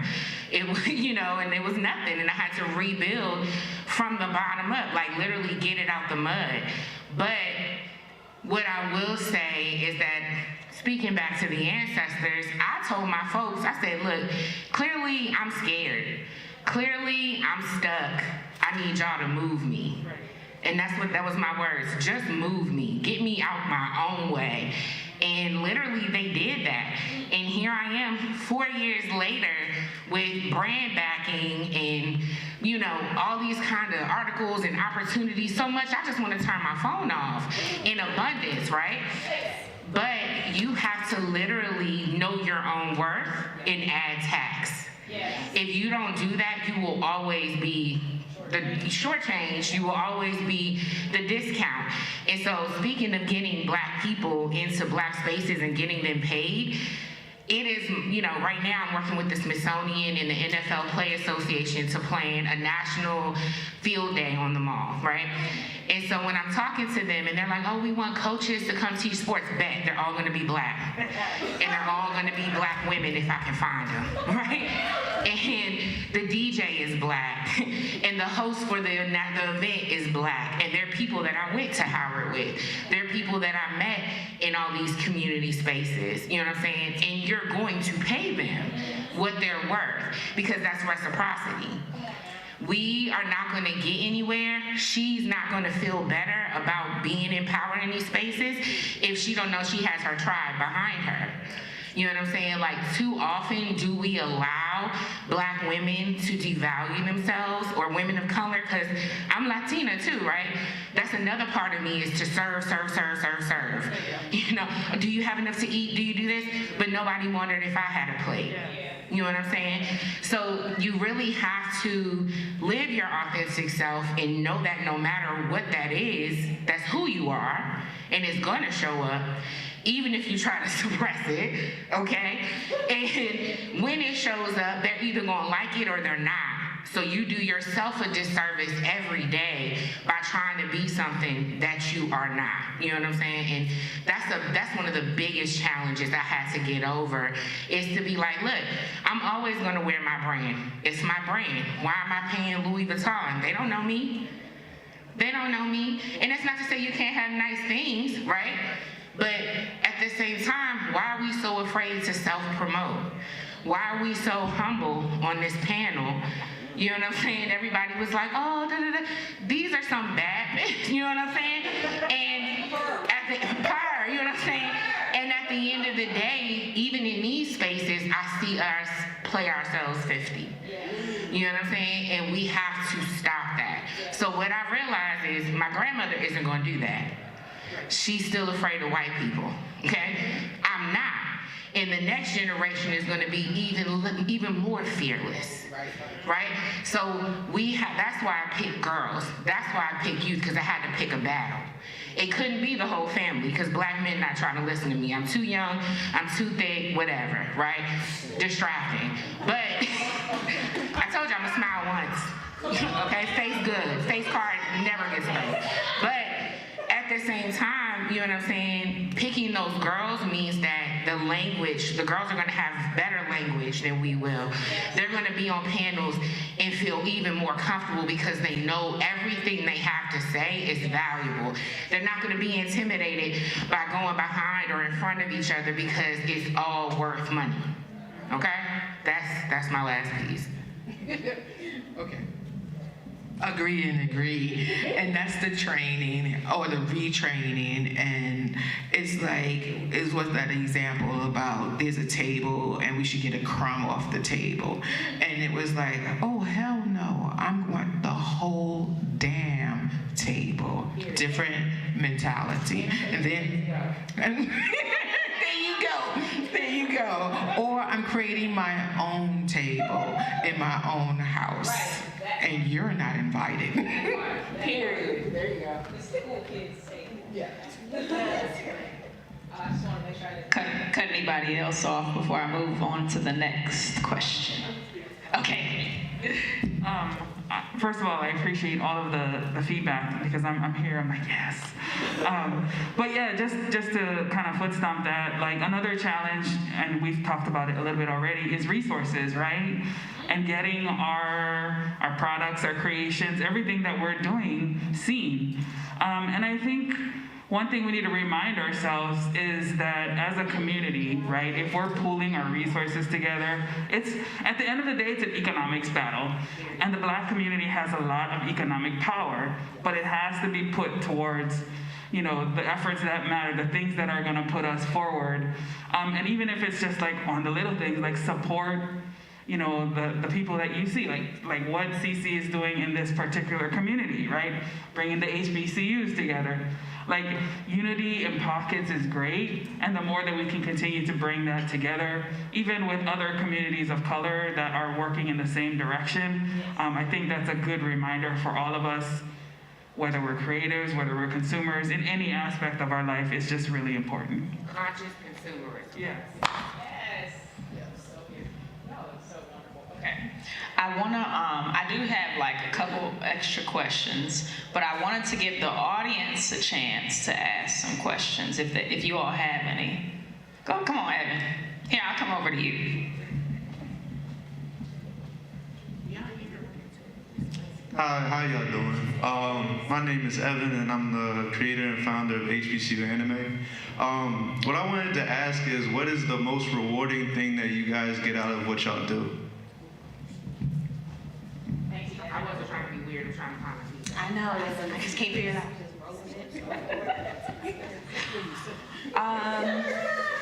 One of the most rewarding things, and I'm working on not separating me being a co-founder of UAL, because that is a true passion of mine and is a business, but I also think about like my day career, you know, like the one that pays all the bills.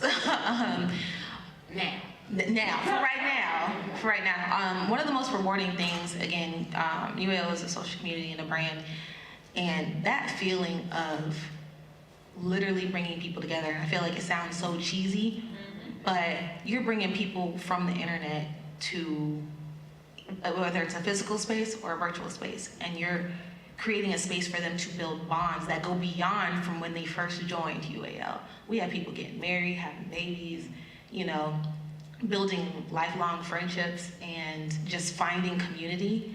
And I think that's so important, especially during the pandemic, because when everything went virtual, where was UAL? Right there. So in an online space, and it didn't take just us having like physical spaces for people to find that connection. And we never that's one thing I'm super proud of, we don't let our members feel lonely. We are always gonna have something to do, engage with you, just talk to you, and we're not just the faces like, oh, I co-founded UAL, but you can never talk to me. Like, I'm just a founder, I'm just a face, you know, on a screen. Like, people literally engage with us. We had a member who came up to us today and super hyped. It was his first time seeing us in person, and the joy in his eyes, because he had a mask on, but the joy in his eyes, like he just really felt like he had found some family and some camaraderie in person, where he came to this event and he was by himself. So like stuff like that, it really does bring a lot of joy in that. And when we have our in-person events, it's even more so, because like you could just literally feel the community that is being built there, and we wanted to strengthen it and keep it going. So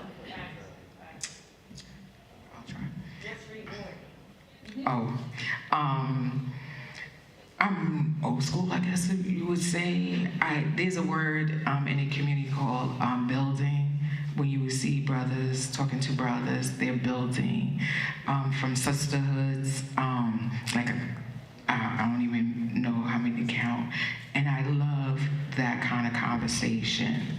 I love the way we look at each other, how we basically talk when we're safe with each other, and the knowledge that we pass to each other. That synergy, energy, whatever you want to call it, that's what's my reward.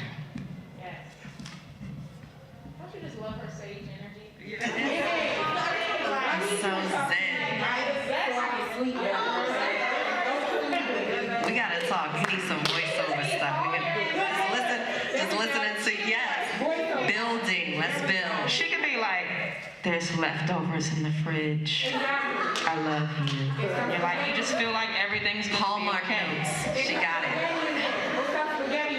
Cards, audio cards. I'm coming to you. No. For me, ironically, so working for iHeart 2 years ago, they launched the Black Information Network. While some may say it seemed a little opportune, we had been working on it for a while, and then when, unfortunately, what happened with George Floyd, it was like, okay, we gotta get this thing up and rolling. And so with the Black Information Network, we're in 35 markets across the country, and a lot of them are Black populous type markets, Memphis, even Nashville, Jacksonville, Miami, again, 35 plus markets. You guys can download the iHeart app for free and listen to the Black Information Network. And we're also here in DC, Baltimore as well. But for me, what's rewarding work with them is finding the Black story that is the one that's untold, and telling it to whatever masses are listening that particular day, and then sharing it on social media, and then just making sure that story gets the same cycle that it would if it was on CNN or if it was on NBC or if it was on an ABC or a major network. And so that's what's rewarding for me, is just watching those type of stories take their circuit, and some of them actually get picked up by the majors. So, and we, you know how we set trends. We're like, I wonder who did that first. But and it's not all about taking the credit, but it is about telling. Oh, you're right. That's right. We did it first. But it is about also telling the story, getting the story out there, and telling more positive stories, more positive Black stories like this, and so. Yes. I love that. So for me, I think the most rewarding thing is touching the youth, and not in a weird way. That kind of came out wrong. But reaching the youth with my stories, like I'm moving into a space where I'm trying to do school visits and more like in-person interactions, experiences with authors, of different books and things like that. And so, getting to see the light in their eyes and in their faces, inspiring them like to write their own stories, even like as a little kid. Like I know there wasn't a lot of stories with children who are from Hawaii, or even brown in color in general, right? Like a lot of the stories around us were like white focused. So to inspire young children who may not even think that it's possible for them, and being able to show that I came out of their own community too, right? Like I was once right there with you, seeing their questions, and just, I don't know, it's just that light in their eyes and being able to spark that. So thank you for, also focusing on the Black girls. But I'm all about the youth, because they're the ones who are really going to be the game changers, and it's up to us to shape them from that youngest age and get them moving in the right direction. I'm going to say the same thing because that's my job. But the reward for me is we say at Tribe that all our programs come from a noticed need or a life experience. So perfect example, we have something called the Ruby Bridges Literacy Academy, where we send books, which I'm gonna holler at you. We send books that feature Black black and brown girls to black girls, right? It either has to be written by a black girl, for a black girl, have a black girl in it, something. And that just starts at 3 years old and goes up. And it's to encourage literacy from them seeing themselves. So my reward is when I get a book report back from a little girl and she's like, oh, I love this book, Miss Gabby, and da-da-da-da. And I've never met sis, okay? Like, we send them all over the country. You just sign up on the website and we just send them out. So for them to send that back, we have the formation conference coming up at Howard, and just the registrations from parents all over the country. And when parents reach out and they're like, hey, we're saving up money right now to get this flight, but an example that literally just made my heart bust open even more than having a successful conference in the past was we had a family drive their daughter up in a pickup truck from South Beach, Miami to DC, right? And another mom that wanted to get her daughter there from Atlanta, their flight was canceled, so they took a bus to Charlotte, a train to Richmond, and then rented a car and drove the rest of the way to DC, which is so flattering, but at the same time, it challenges me more because I realize these people are coming to this space because there's no other space like it.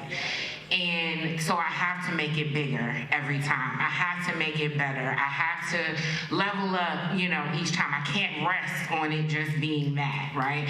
Because then I'd be the NAACP. Sorry, that was shade. But then I'd be, some of these archaic black orgs who rely on their letters and, heavy hitters that are now Black history figures and calendars. But if you ask my girls or any kids who are the Black leaders, they're gonna say the city girls. And there's nothing wrong with Carisha and them, but at the same time, think about that. Think about the efficacy or where we're looking to get efficacy in our community. And it's in the deep, dark corners.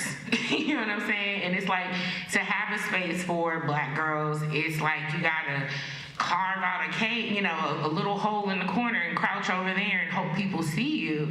And so that success to me is seeing it grow and then being challenged for it to grow even more than that.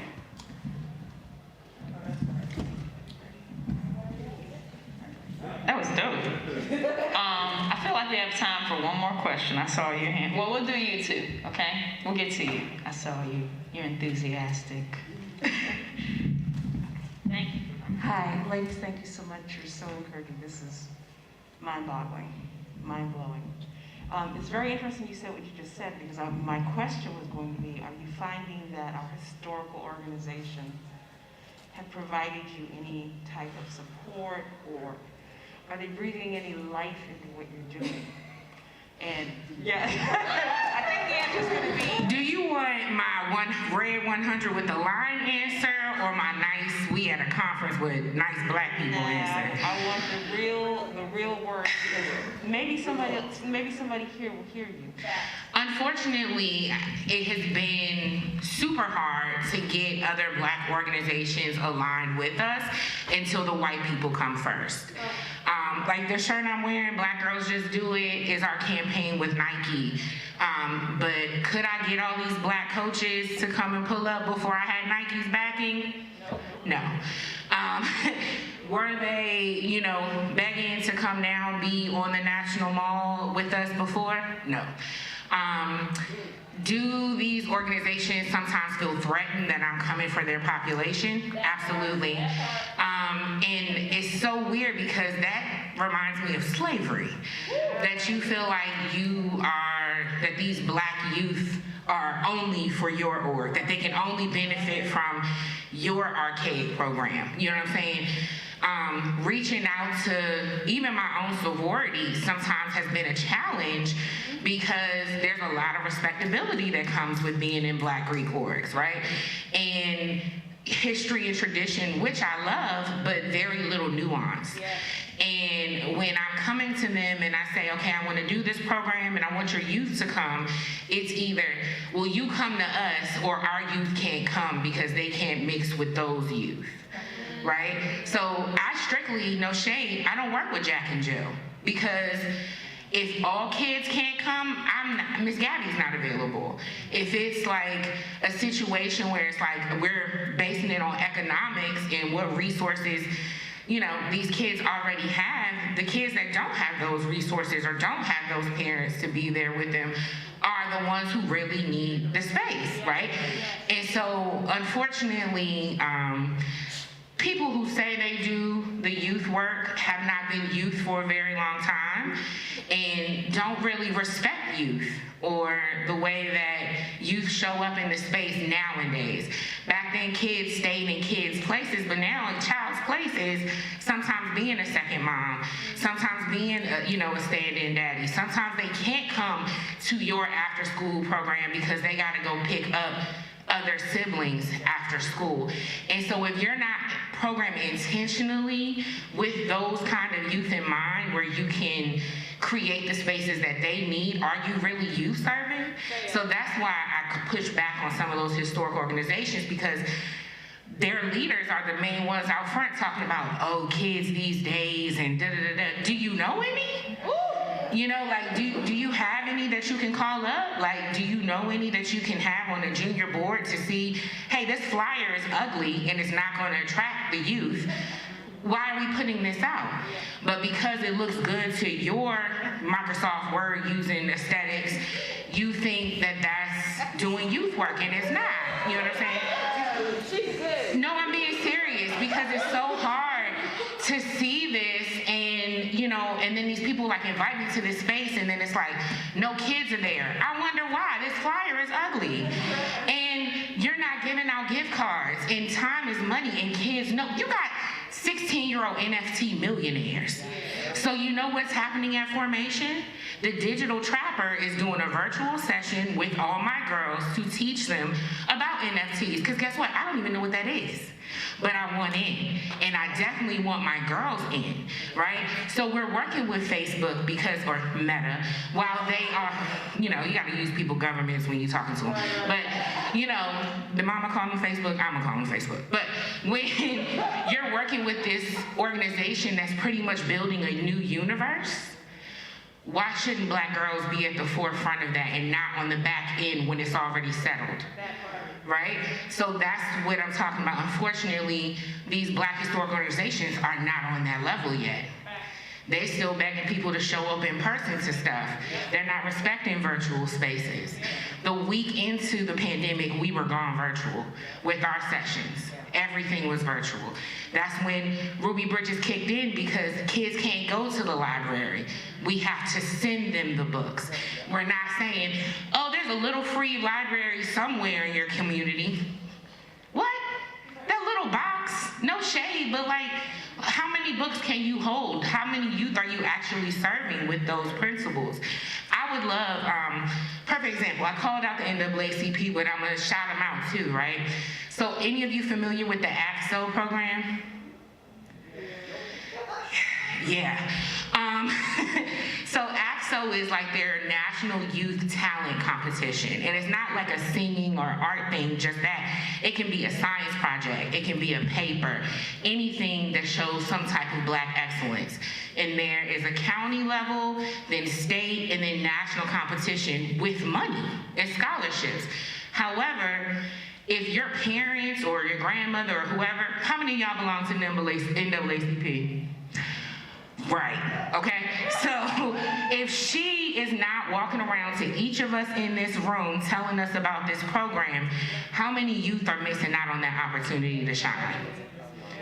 Okay? So I went to them and I said, hey, what happened to AXO? They're like, oh, it happens every year. We're so proud. I said, but how come my kids didn't hear about it? Nobody in DCPS, nobody in PGCPC, nobody in Anne Arundel County, Nova.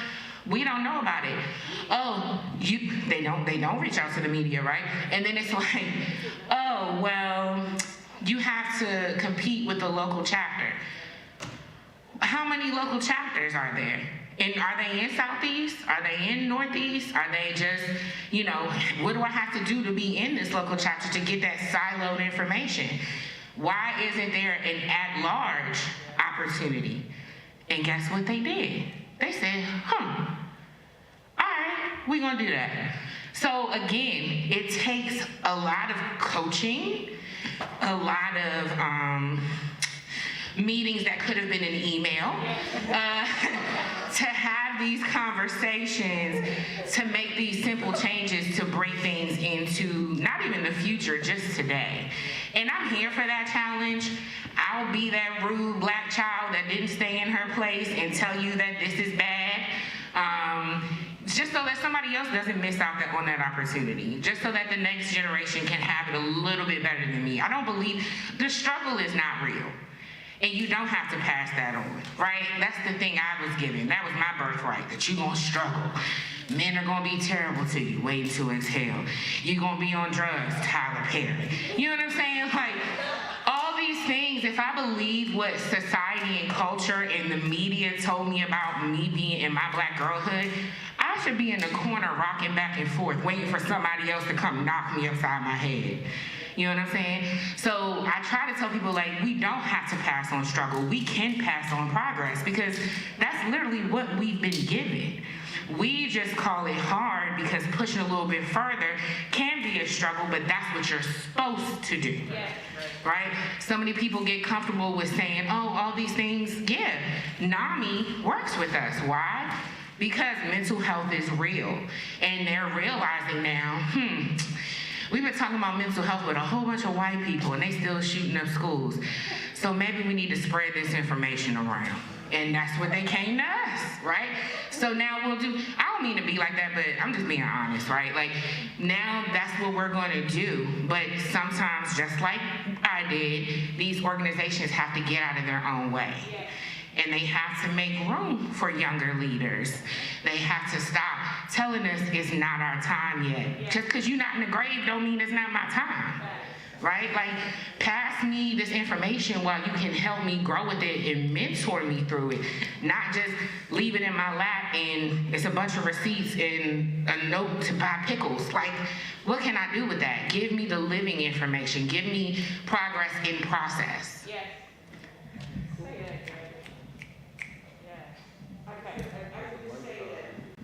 Right. Yeah.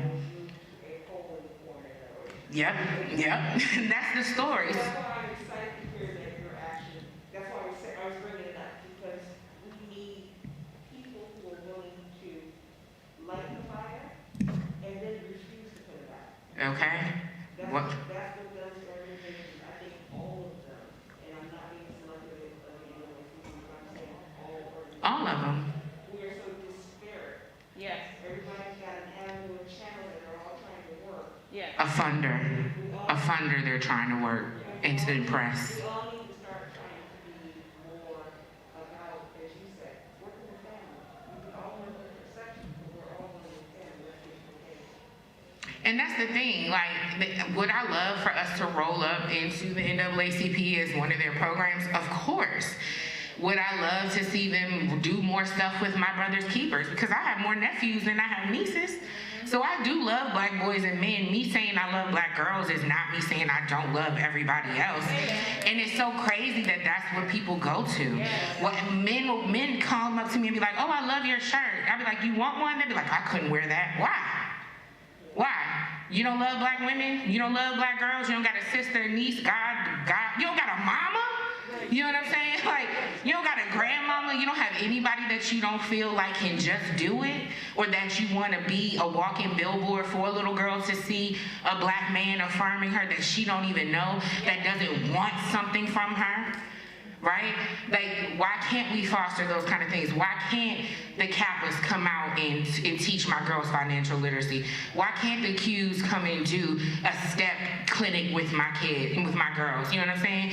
And it's so crazy to me that these things are so weird for people. Like, even when she said, I want to touch kids, like, it's so weird that we have to, like, it's like the no homo of things, right? Like, it's so weird that we have to do that, that you have to clarify that people's minds strictly go to evil so easily. Like, and that's why you have no real relationship models for black girls with black men outside of their family until they're older and they get into the romantic situation, if that's what they like, right? And so it's like, then we wonder why we have this non-community, this non-family, because nobody is facilitating these relationships properly. Correct. Say that. You know what I'm saying? People leave it, either they don't facilitate them enough, right, or they are too afraid to even dive in. You know, my board chair is a black man, and that throws everybody off. He's my founding board chair, he's our biggest champion, and everybody's like, wow, I would think you have a board of black women. Why is the liberation of black girls and black women on our back too? Why can't you help us the same way we help you? Harriet Tubman didn't just run women. Right? Like, and some of the men were the ones that were scared. Okay. That's the reason why she had to have a shotgun. Okay. Kept changing her minds. Right? So again, if we gotta go. Like, let's gotta get the fuck. Like, you know what I mean? Like, you can't, everybody has to get out of their own way. Everybody has to decolonize, de-respectabilitize, whatever, it sounds like Louis Farrakhan. Whatever we're trying to do to get out of our own way so that we can get on the way to wherever we're going, right? On one. That's why I love you. I want you to ask your question, and then we can wrap up. Okay. So essentially, I just want to know, like, what was the catalyst that actually showed you that you were able to get into the projects that you're into? What was the thing that propelled you to, like, you know, I can do this? If I not essentially put my mind to it, but I'm sure there were some instances where, like, you were down or somebody put you down. Was it a person, an event, a mindset? What was the catalyst that showed you guys? It was a white woman. Oh. It was a white woman who told me that my programs were immeasurable and insufficient. And I knew that was absolutely not the truth. So I was like, oh, wait, you really got me fucked up. Okay. This is not where I belong, because you don't know me. You know what I'm saying? And she told me that I was not ambitious, and y'all have known me for about an hour. Do you think that's true? Right. So when sis started talking that cash money shit, I was like, it's time for me to bounce. And it's time for me to realize my own power. And I hate that it had to come out of that moment, but like, that's my hero story. That's my origin story, right? I didn't get bit by a spider. I got slapped by a white woman. And essentially, you know, realizing that, one, I was only making $35,000. I can make that begging on the metro. That what was I really losing? But my own respectability to myself. Like, I was only losing myself every day, staying in that mode. And when I got out of it, like I said, I don't even recognize that person now. It's like a blur to me. Because, like, somebody must have tapped the teacup. You know, that was literally that moment where I had to just be like, okay, they're not gonna let you do what you wanna do, so you gotta do what you wanna do, and you have to create that table. You have to create that space. And I tell people this story because I don't want people to think I came out the womb like, I'm gonna start this organization. No, I tried to work in everybody else's orgs. I tried that. I tried to grow everybody else's missions, and it wasn't working. You know what I'm saying? Like, that's not what God, that's not what the ancestors, that's not what they wanted me to do. And so me being, you know, told that I was immeasurable and insufficient, now if you go to our website, it says there's nothing insufficient about black girls, and the only thing immeasurable is our potential. So I have to flip that on its head, you know what I'm saying? And sis got fired, you know, lately, and it's funny because karma will handle you better than I ever could dream of, right? And some of the employees called me and they were like, when you guys were on the news and when you guys were in Forbes, she was steaming. She was so upset, and she wanted the lawyers to try to, you know, get your work because she said that you created this organization when you were still working for us. Whoa. Baby, I got IP attorneys. Let's do it. because it's a different level now. I learned to play the game from being in those spaces too. I learned that lawyer is a good word. It's way better than FU, right? That what did Beyonce say? Always stay gracious. Best revenge is your paper, and that's really like what I live by. That's gospel.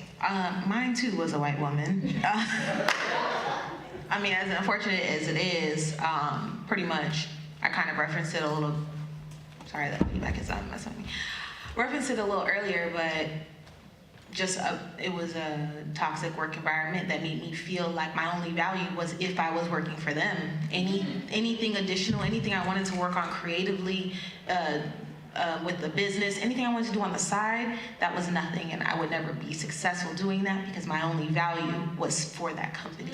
And it took for me, it feels like a blur. It's literally like an out-of-body experience. You're looking at yourself, watching yourself go through those things, and you feel like you couldn't do anything about it until one day I literally just quit. Like, I ain't had no second. I ain't had no like other form of income, nothing. I was mentally fed up with where I was. And I knew the only thing for me to be my best self was to absolutely just cold leave that place. Not no, transition. I'm gonna work 6 more months until I find something. Nope.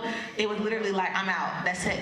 And since then, it's been a journey to, one, pick myself back up from where I let them beat me down.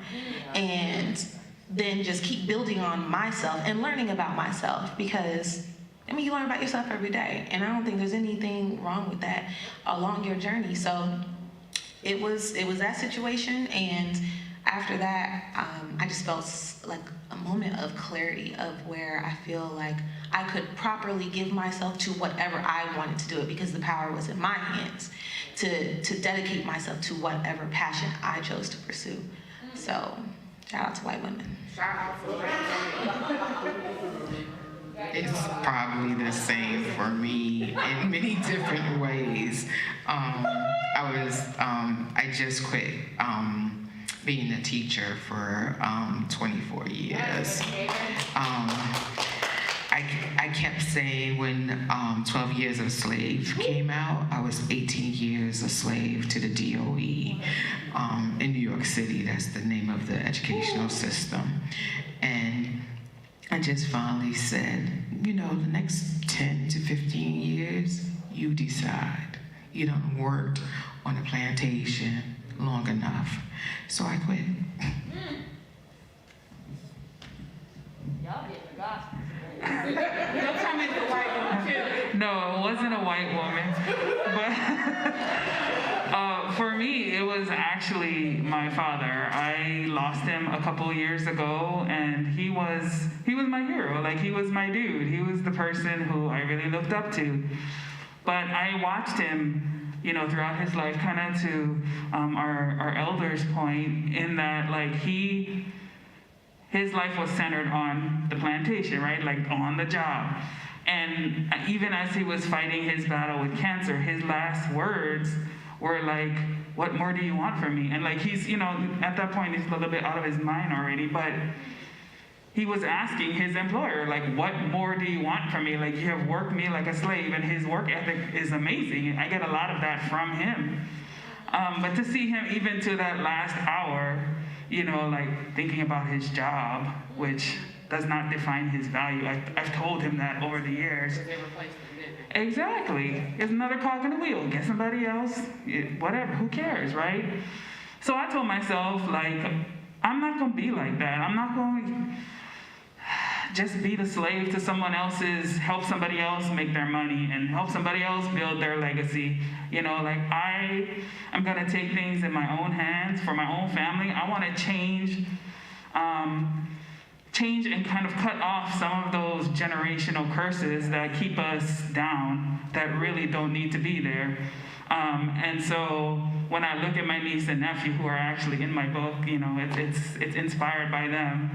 Everything that I do is to make sure that they do not have to be here, sitting in the same funk that the rest of us are, and that they have the resources and things that I can establish in my lifetime to prop them up and help them to be successful faster. I love that.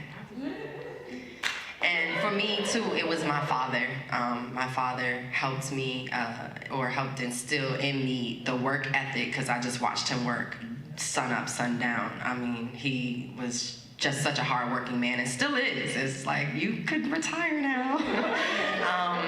And y'all gonna hate me a little bit, but you know, I'm gonna channel this energy that my good sister over here is. It is what it is, okay? For me, it was a black woman. She told me, girl, you don't do enough around here. And this is what sparked it for me, because I already had the work ethic, remember? This is what really sparked it for me. She said I didn't do enough. I would come to certain events, because this was an urban radio station I was working for at the time, and she would judge me based on the way I was dressed. I was called a groupie because I was trying to talk to the celebrities, but here it is, my job to try to talk to the celebrities. And so in that's when I started to clam up and not be my whole self. You know, I started to say, okay, well, I like sports, but I guess I should go over here because this is what they say I'm good at, but, oh, wait, I want to do it. And so for me, I started to have this internal battle, this internal struggle, and then for whatever reason, I was like, I'm going to just do all of it. And so in that, she too has been blackballed and fired. It is so crazy to where I was. Yeah, no, seriously, where I was in looking at her and such a elevated level, thinking that she was the only key holder, right? To promotions, to job opportunities, to whatever it was, the bag, this remote, that remote, whatever, and then to see them replace her so quickly. They replaced her so quickly, and then the next person come along, love me, like ooh, let's work on your talent, let's do this, let's do that. Oh, I didn't know you could do it. You do sports and what? Like, oh my gosh. So to know that there is, unfortunately, these type of people, and I hate to say that, it still permeates within us. You know, we gotta be those people that are very encouraging. She could have handled me a different way. She could have said, hey, let me pull you to the side. No, she made me out to be an example, and frankly, I'm like, what an example have I become? Because where is she? She's, not to say it like this, but she's nowhere to be found in our industry anymore, and I'm getting invites left and right to the White House. I don't know why I'm not at the correspondence dinner tonight, but I'm getting invites. Next year. But I'm getting invites to the White House. I'm getting invites to cover the Commanders. I'm getting invites to I'm gonna get an invite to this formation conference and HBCU con, and so I just that was the spark. Unfortunately, it was a fellow black woman, and I had this I'm gonna prove her wrong mentality. And the crazy thing is, I don't even know where she is and whether or not she sees this. So you get what I'm saying? Like, I couldn't have had her on the brain so much that, where is she at now? I've moved on with my life, but I'm proud of myself. I think I turned out all right. I don't think, so. Yeah. I just want to take a moment to thank each and every one of you. What's been and all of you in the audience too. So even if none of you are here, it's been rewarding for me just to bring the five of you together, because you really are. I'm just so blessed to know so many awesome people, and I'm like, I got all the panelists in the pocket because I just so happen to know some really awesome people. And each one of you has helped me in my journey personally, and given me that affirmation, that confidence, that unapologetic energy that is so desperately needed. And I just wanted to say thank you to all of you, because having you all in these spaces, and each of you is a powerhouse in your own way. Thank you for it. No, seriously. Look. That's the thing. I think again, you're selling yourself a little short. Because, right? What I don't know if anybody knows, even this conference is born out of adversity, out of a negative situation that had me in some folks' comments, right? And when, again, like, you've done this whole thing, you've made it happen, you've created this space, and it's only up from here, right? And next year I'm excited because I'm like, damn, I need a costume, I need to be super black girl or something, you know? And I'm like, I gotta plan around the White House correspondence. Okay. Morgan can be here next year. Okay. And that's how it is. Like, when you, the synergy, I will say, I want to say this to you, when you find your tribe, and it's not going to be one set of people, it's going to be a random bunch of folks that's going to give you what you need. What I had in the back of my head, the thing I forgot to say is I had a group of black women that I needed space because at work I was the fly in the milk, right? I went on Facebook and I was like, anybody want to be in a group with me? I just need some black girl energy, and you just hit me up and you can be in my DMs and we gonna join. Here we are, just as old as my organization is just as old as that group me. And in that group me, those women were constantly in my ear like, girl, you can do it. They were the first people to buy my t-shirts, my first donors, my first everything. And they didn't even know each other. But when you find sisterhood and synergy, I'm not saying there's nothing against the men, because I got some good men in my corner too, don't get it twisted. But when you have that sister synergy, it puts a battery in your back. It makes you really like have that energy to be like, I don't know where the money coming from, but it's gonna come, right? And it might come with your homegirl sending you some grocery money via Cash App, or asking you, have you eaten today? I just sent you some DoorDash. Like, and it's not always monetary. My whole staff of formation has been volunteer and are my homegirls, right? Like, they get background check. I ain't just letting people run with no. But I'm saying, like, they are my friends who see what I'm doing, who follow me on social media and know that it's my whole life, and are like, boom, I'm gonna take off work from my plantation to come be helping you on your island for these girls, because I don't want them to be on the plantation like me. You know what I'm saying? So China is a living example, because this I came from a Facebook message.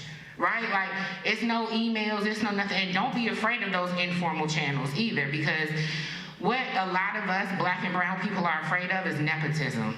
Yes. We don't believe that we should be pulled up just because we know somebody. Yes. How many presidents have been presidents because they know somebody? How many NFL coaches, how many CEOs, how many CFOs, how many general counsels that didn't even really pass the bar, you know what I'm saying, that get to be in these spaces because they daddy, uncle, mother, grandfather knew somebody. So we have to be in that same space. All of y'all know me now. All of these panelists know me now, right? So when it is a space that we need to be in, when the next time China needs us or whatever, we're going to be there, because that is how teamwork make the dream work, right? And that's how it has to happen. And if you don't have your team, like, I hate to say it, your dream can't just belong to you. It can belong to you, but other people have to help you get there. And work ethic, I think all of us talked about it, is not a bad thing as long as you're working on the things that you are supposed to, right? That's my last thing.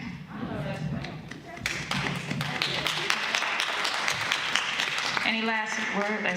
You look like you wanted to say something. Your background doesn't matter. I don't care if you've been to jail, you know, you've been arrested. Trust me when I tell you, I just told y'all I was White House correspondent, right? So, get your record cleaned up and keep it pushing. Say that, sis. That's all I'm gonna say. Cause I know, you know, we done got in trouble for some things before we got passed and all of that. They do. And they still apply. Exactly. Pending cases. Yes. So that's I just wanted to drop that gem, because I haven't gotten to a space yet where I'm completely safe sharing my entire story about my past. Yeah. But just know that I have a past. It has been cleaned up. If you go searching, you ain't gonna find it. But you know, it doesn't stop you. It's not gonna stop you. Internally too, right? Yeah. No, not at all. It's not gonna. It's not gonna stop. I will tell you this. I went and applied for the job at iHeart. And they told me that, oh yeah, we're gonna do a background check on you. Da, da, da. I'm like, oh, okay. Sitting there, game face, like, knowing daggone well, I just filed the expungement, right? Got home and the expungement was in the mail, said that my record was clear. 2-3 days later, I got my job offer. So, yeah, just like she was saying, well, if y'all can't hear what she's saying, what's for you is for you. So don't let your past, dictate your future. These women are amazing. I just wanted to say thank you all again. Thank you all for your support on a personal and professional level. Each one of you has been vital in my growth as a person. And I once again want to recognize Clarissa Clay, whose shoulders we all stand on, and here is Blurred. Yes, you are an icon in the living flesh, and I am so blessed and honored to call each and every one of you my friend. And I thank you all for being here tonight. Shout out to Soror Stacy, who's been the real MVP. She's been running a tight shift today as Director of Operations. So, Black women, Indigenous women, we doing it up, yes. So without further ado, y'all are free to go. We are having an after party at Mad Cow Grill in Laurel. If you all would like to join. So yeah, and then of course we'll be back tomorrow with a full day of panels and the Black Fae Day shoot. We'll also have a special treat in store from you, courtesy of Bowie State's marching band. So thank you so much, guys.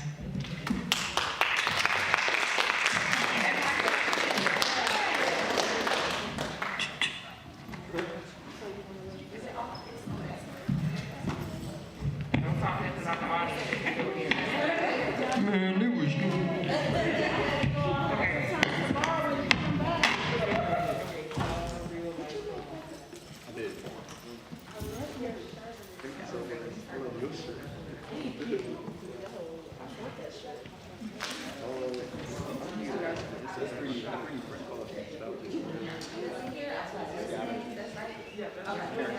I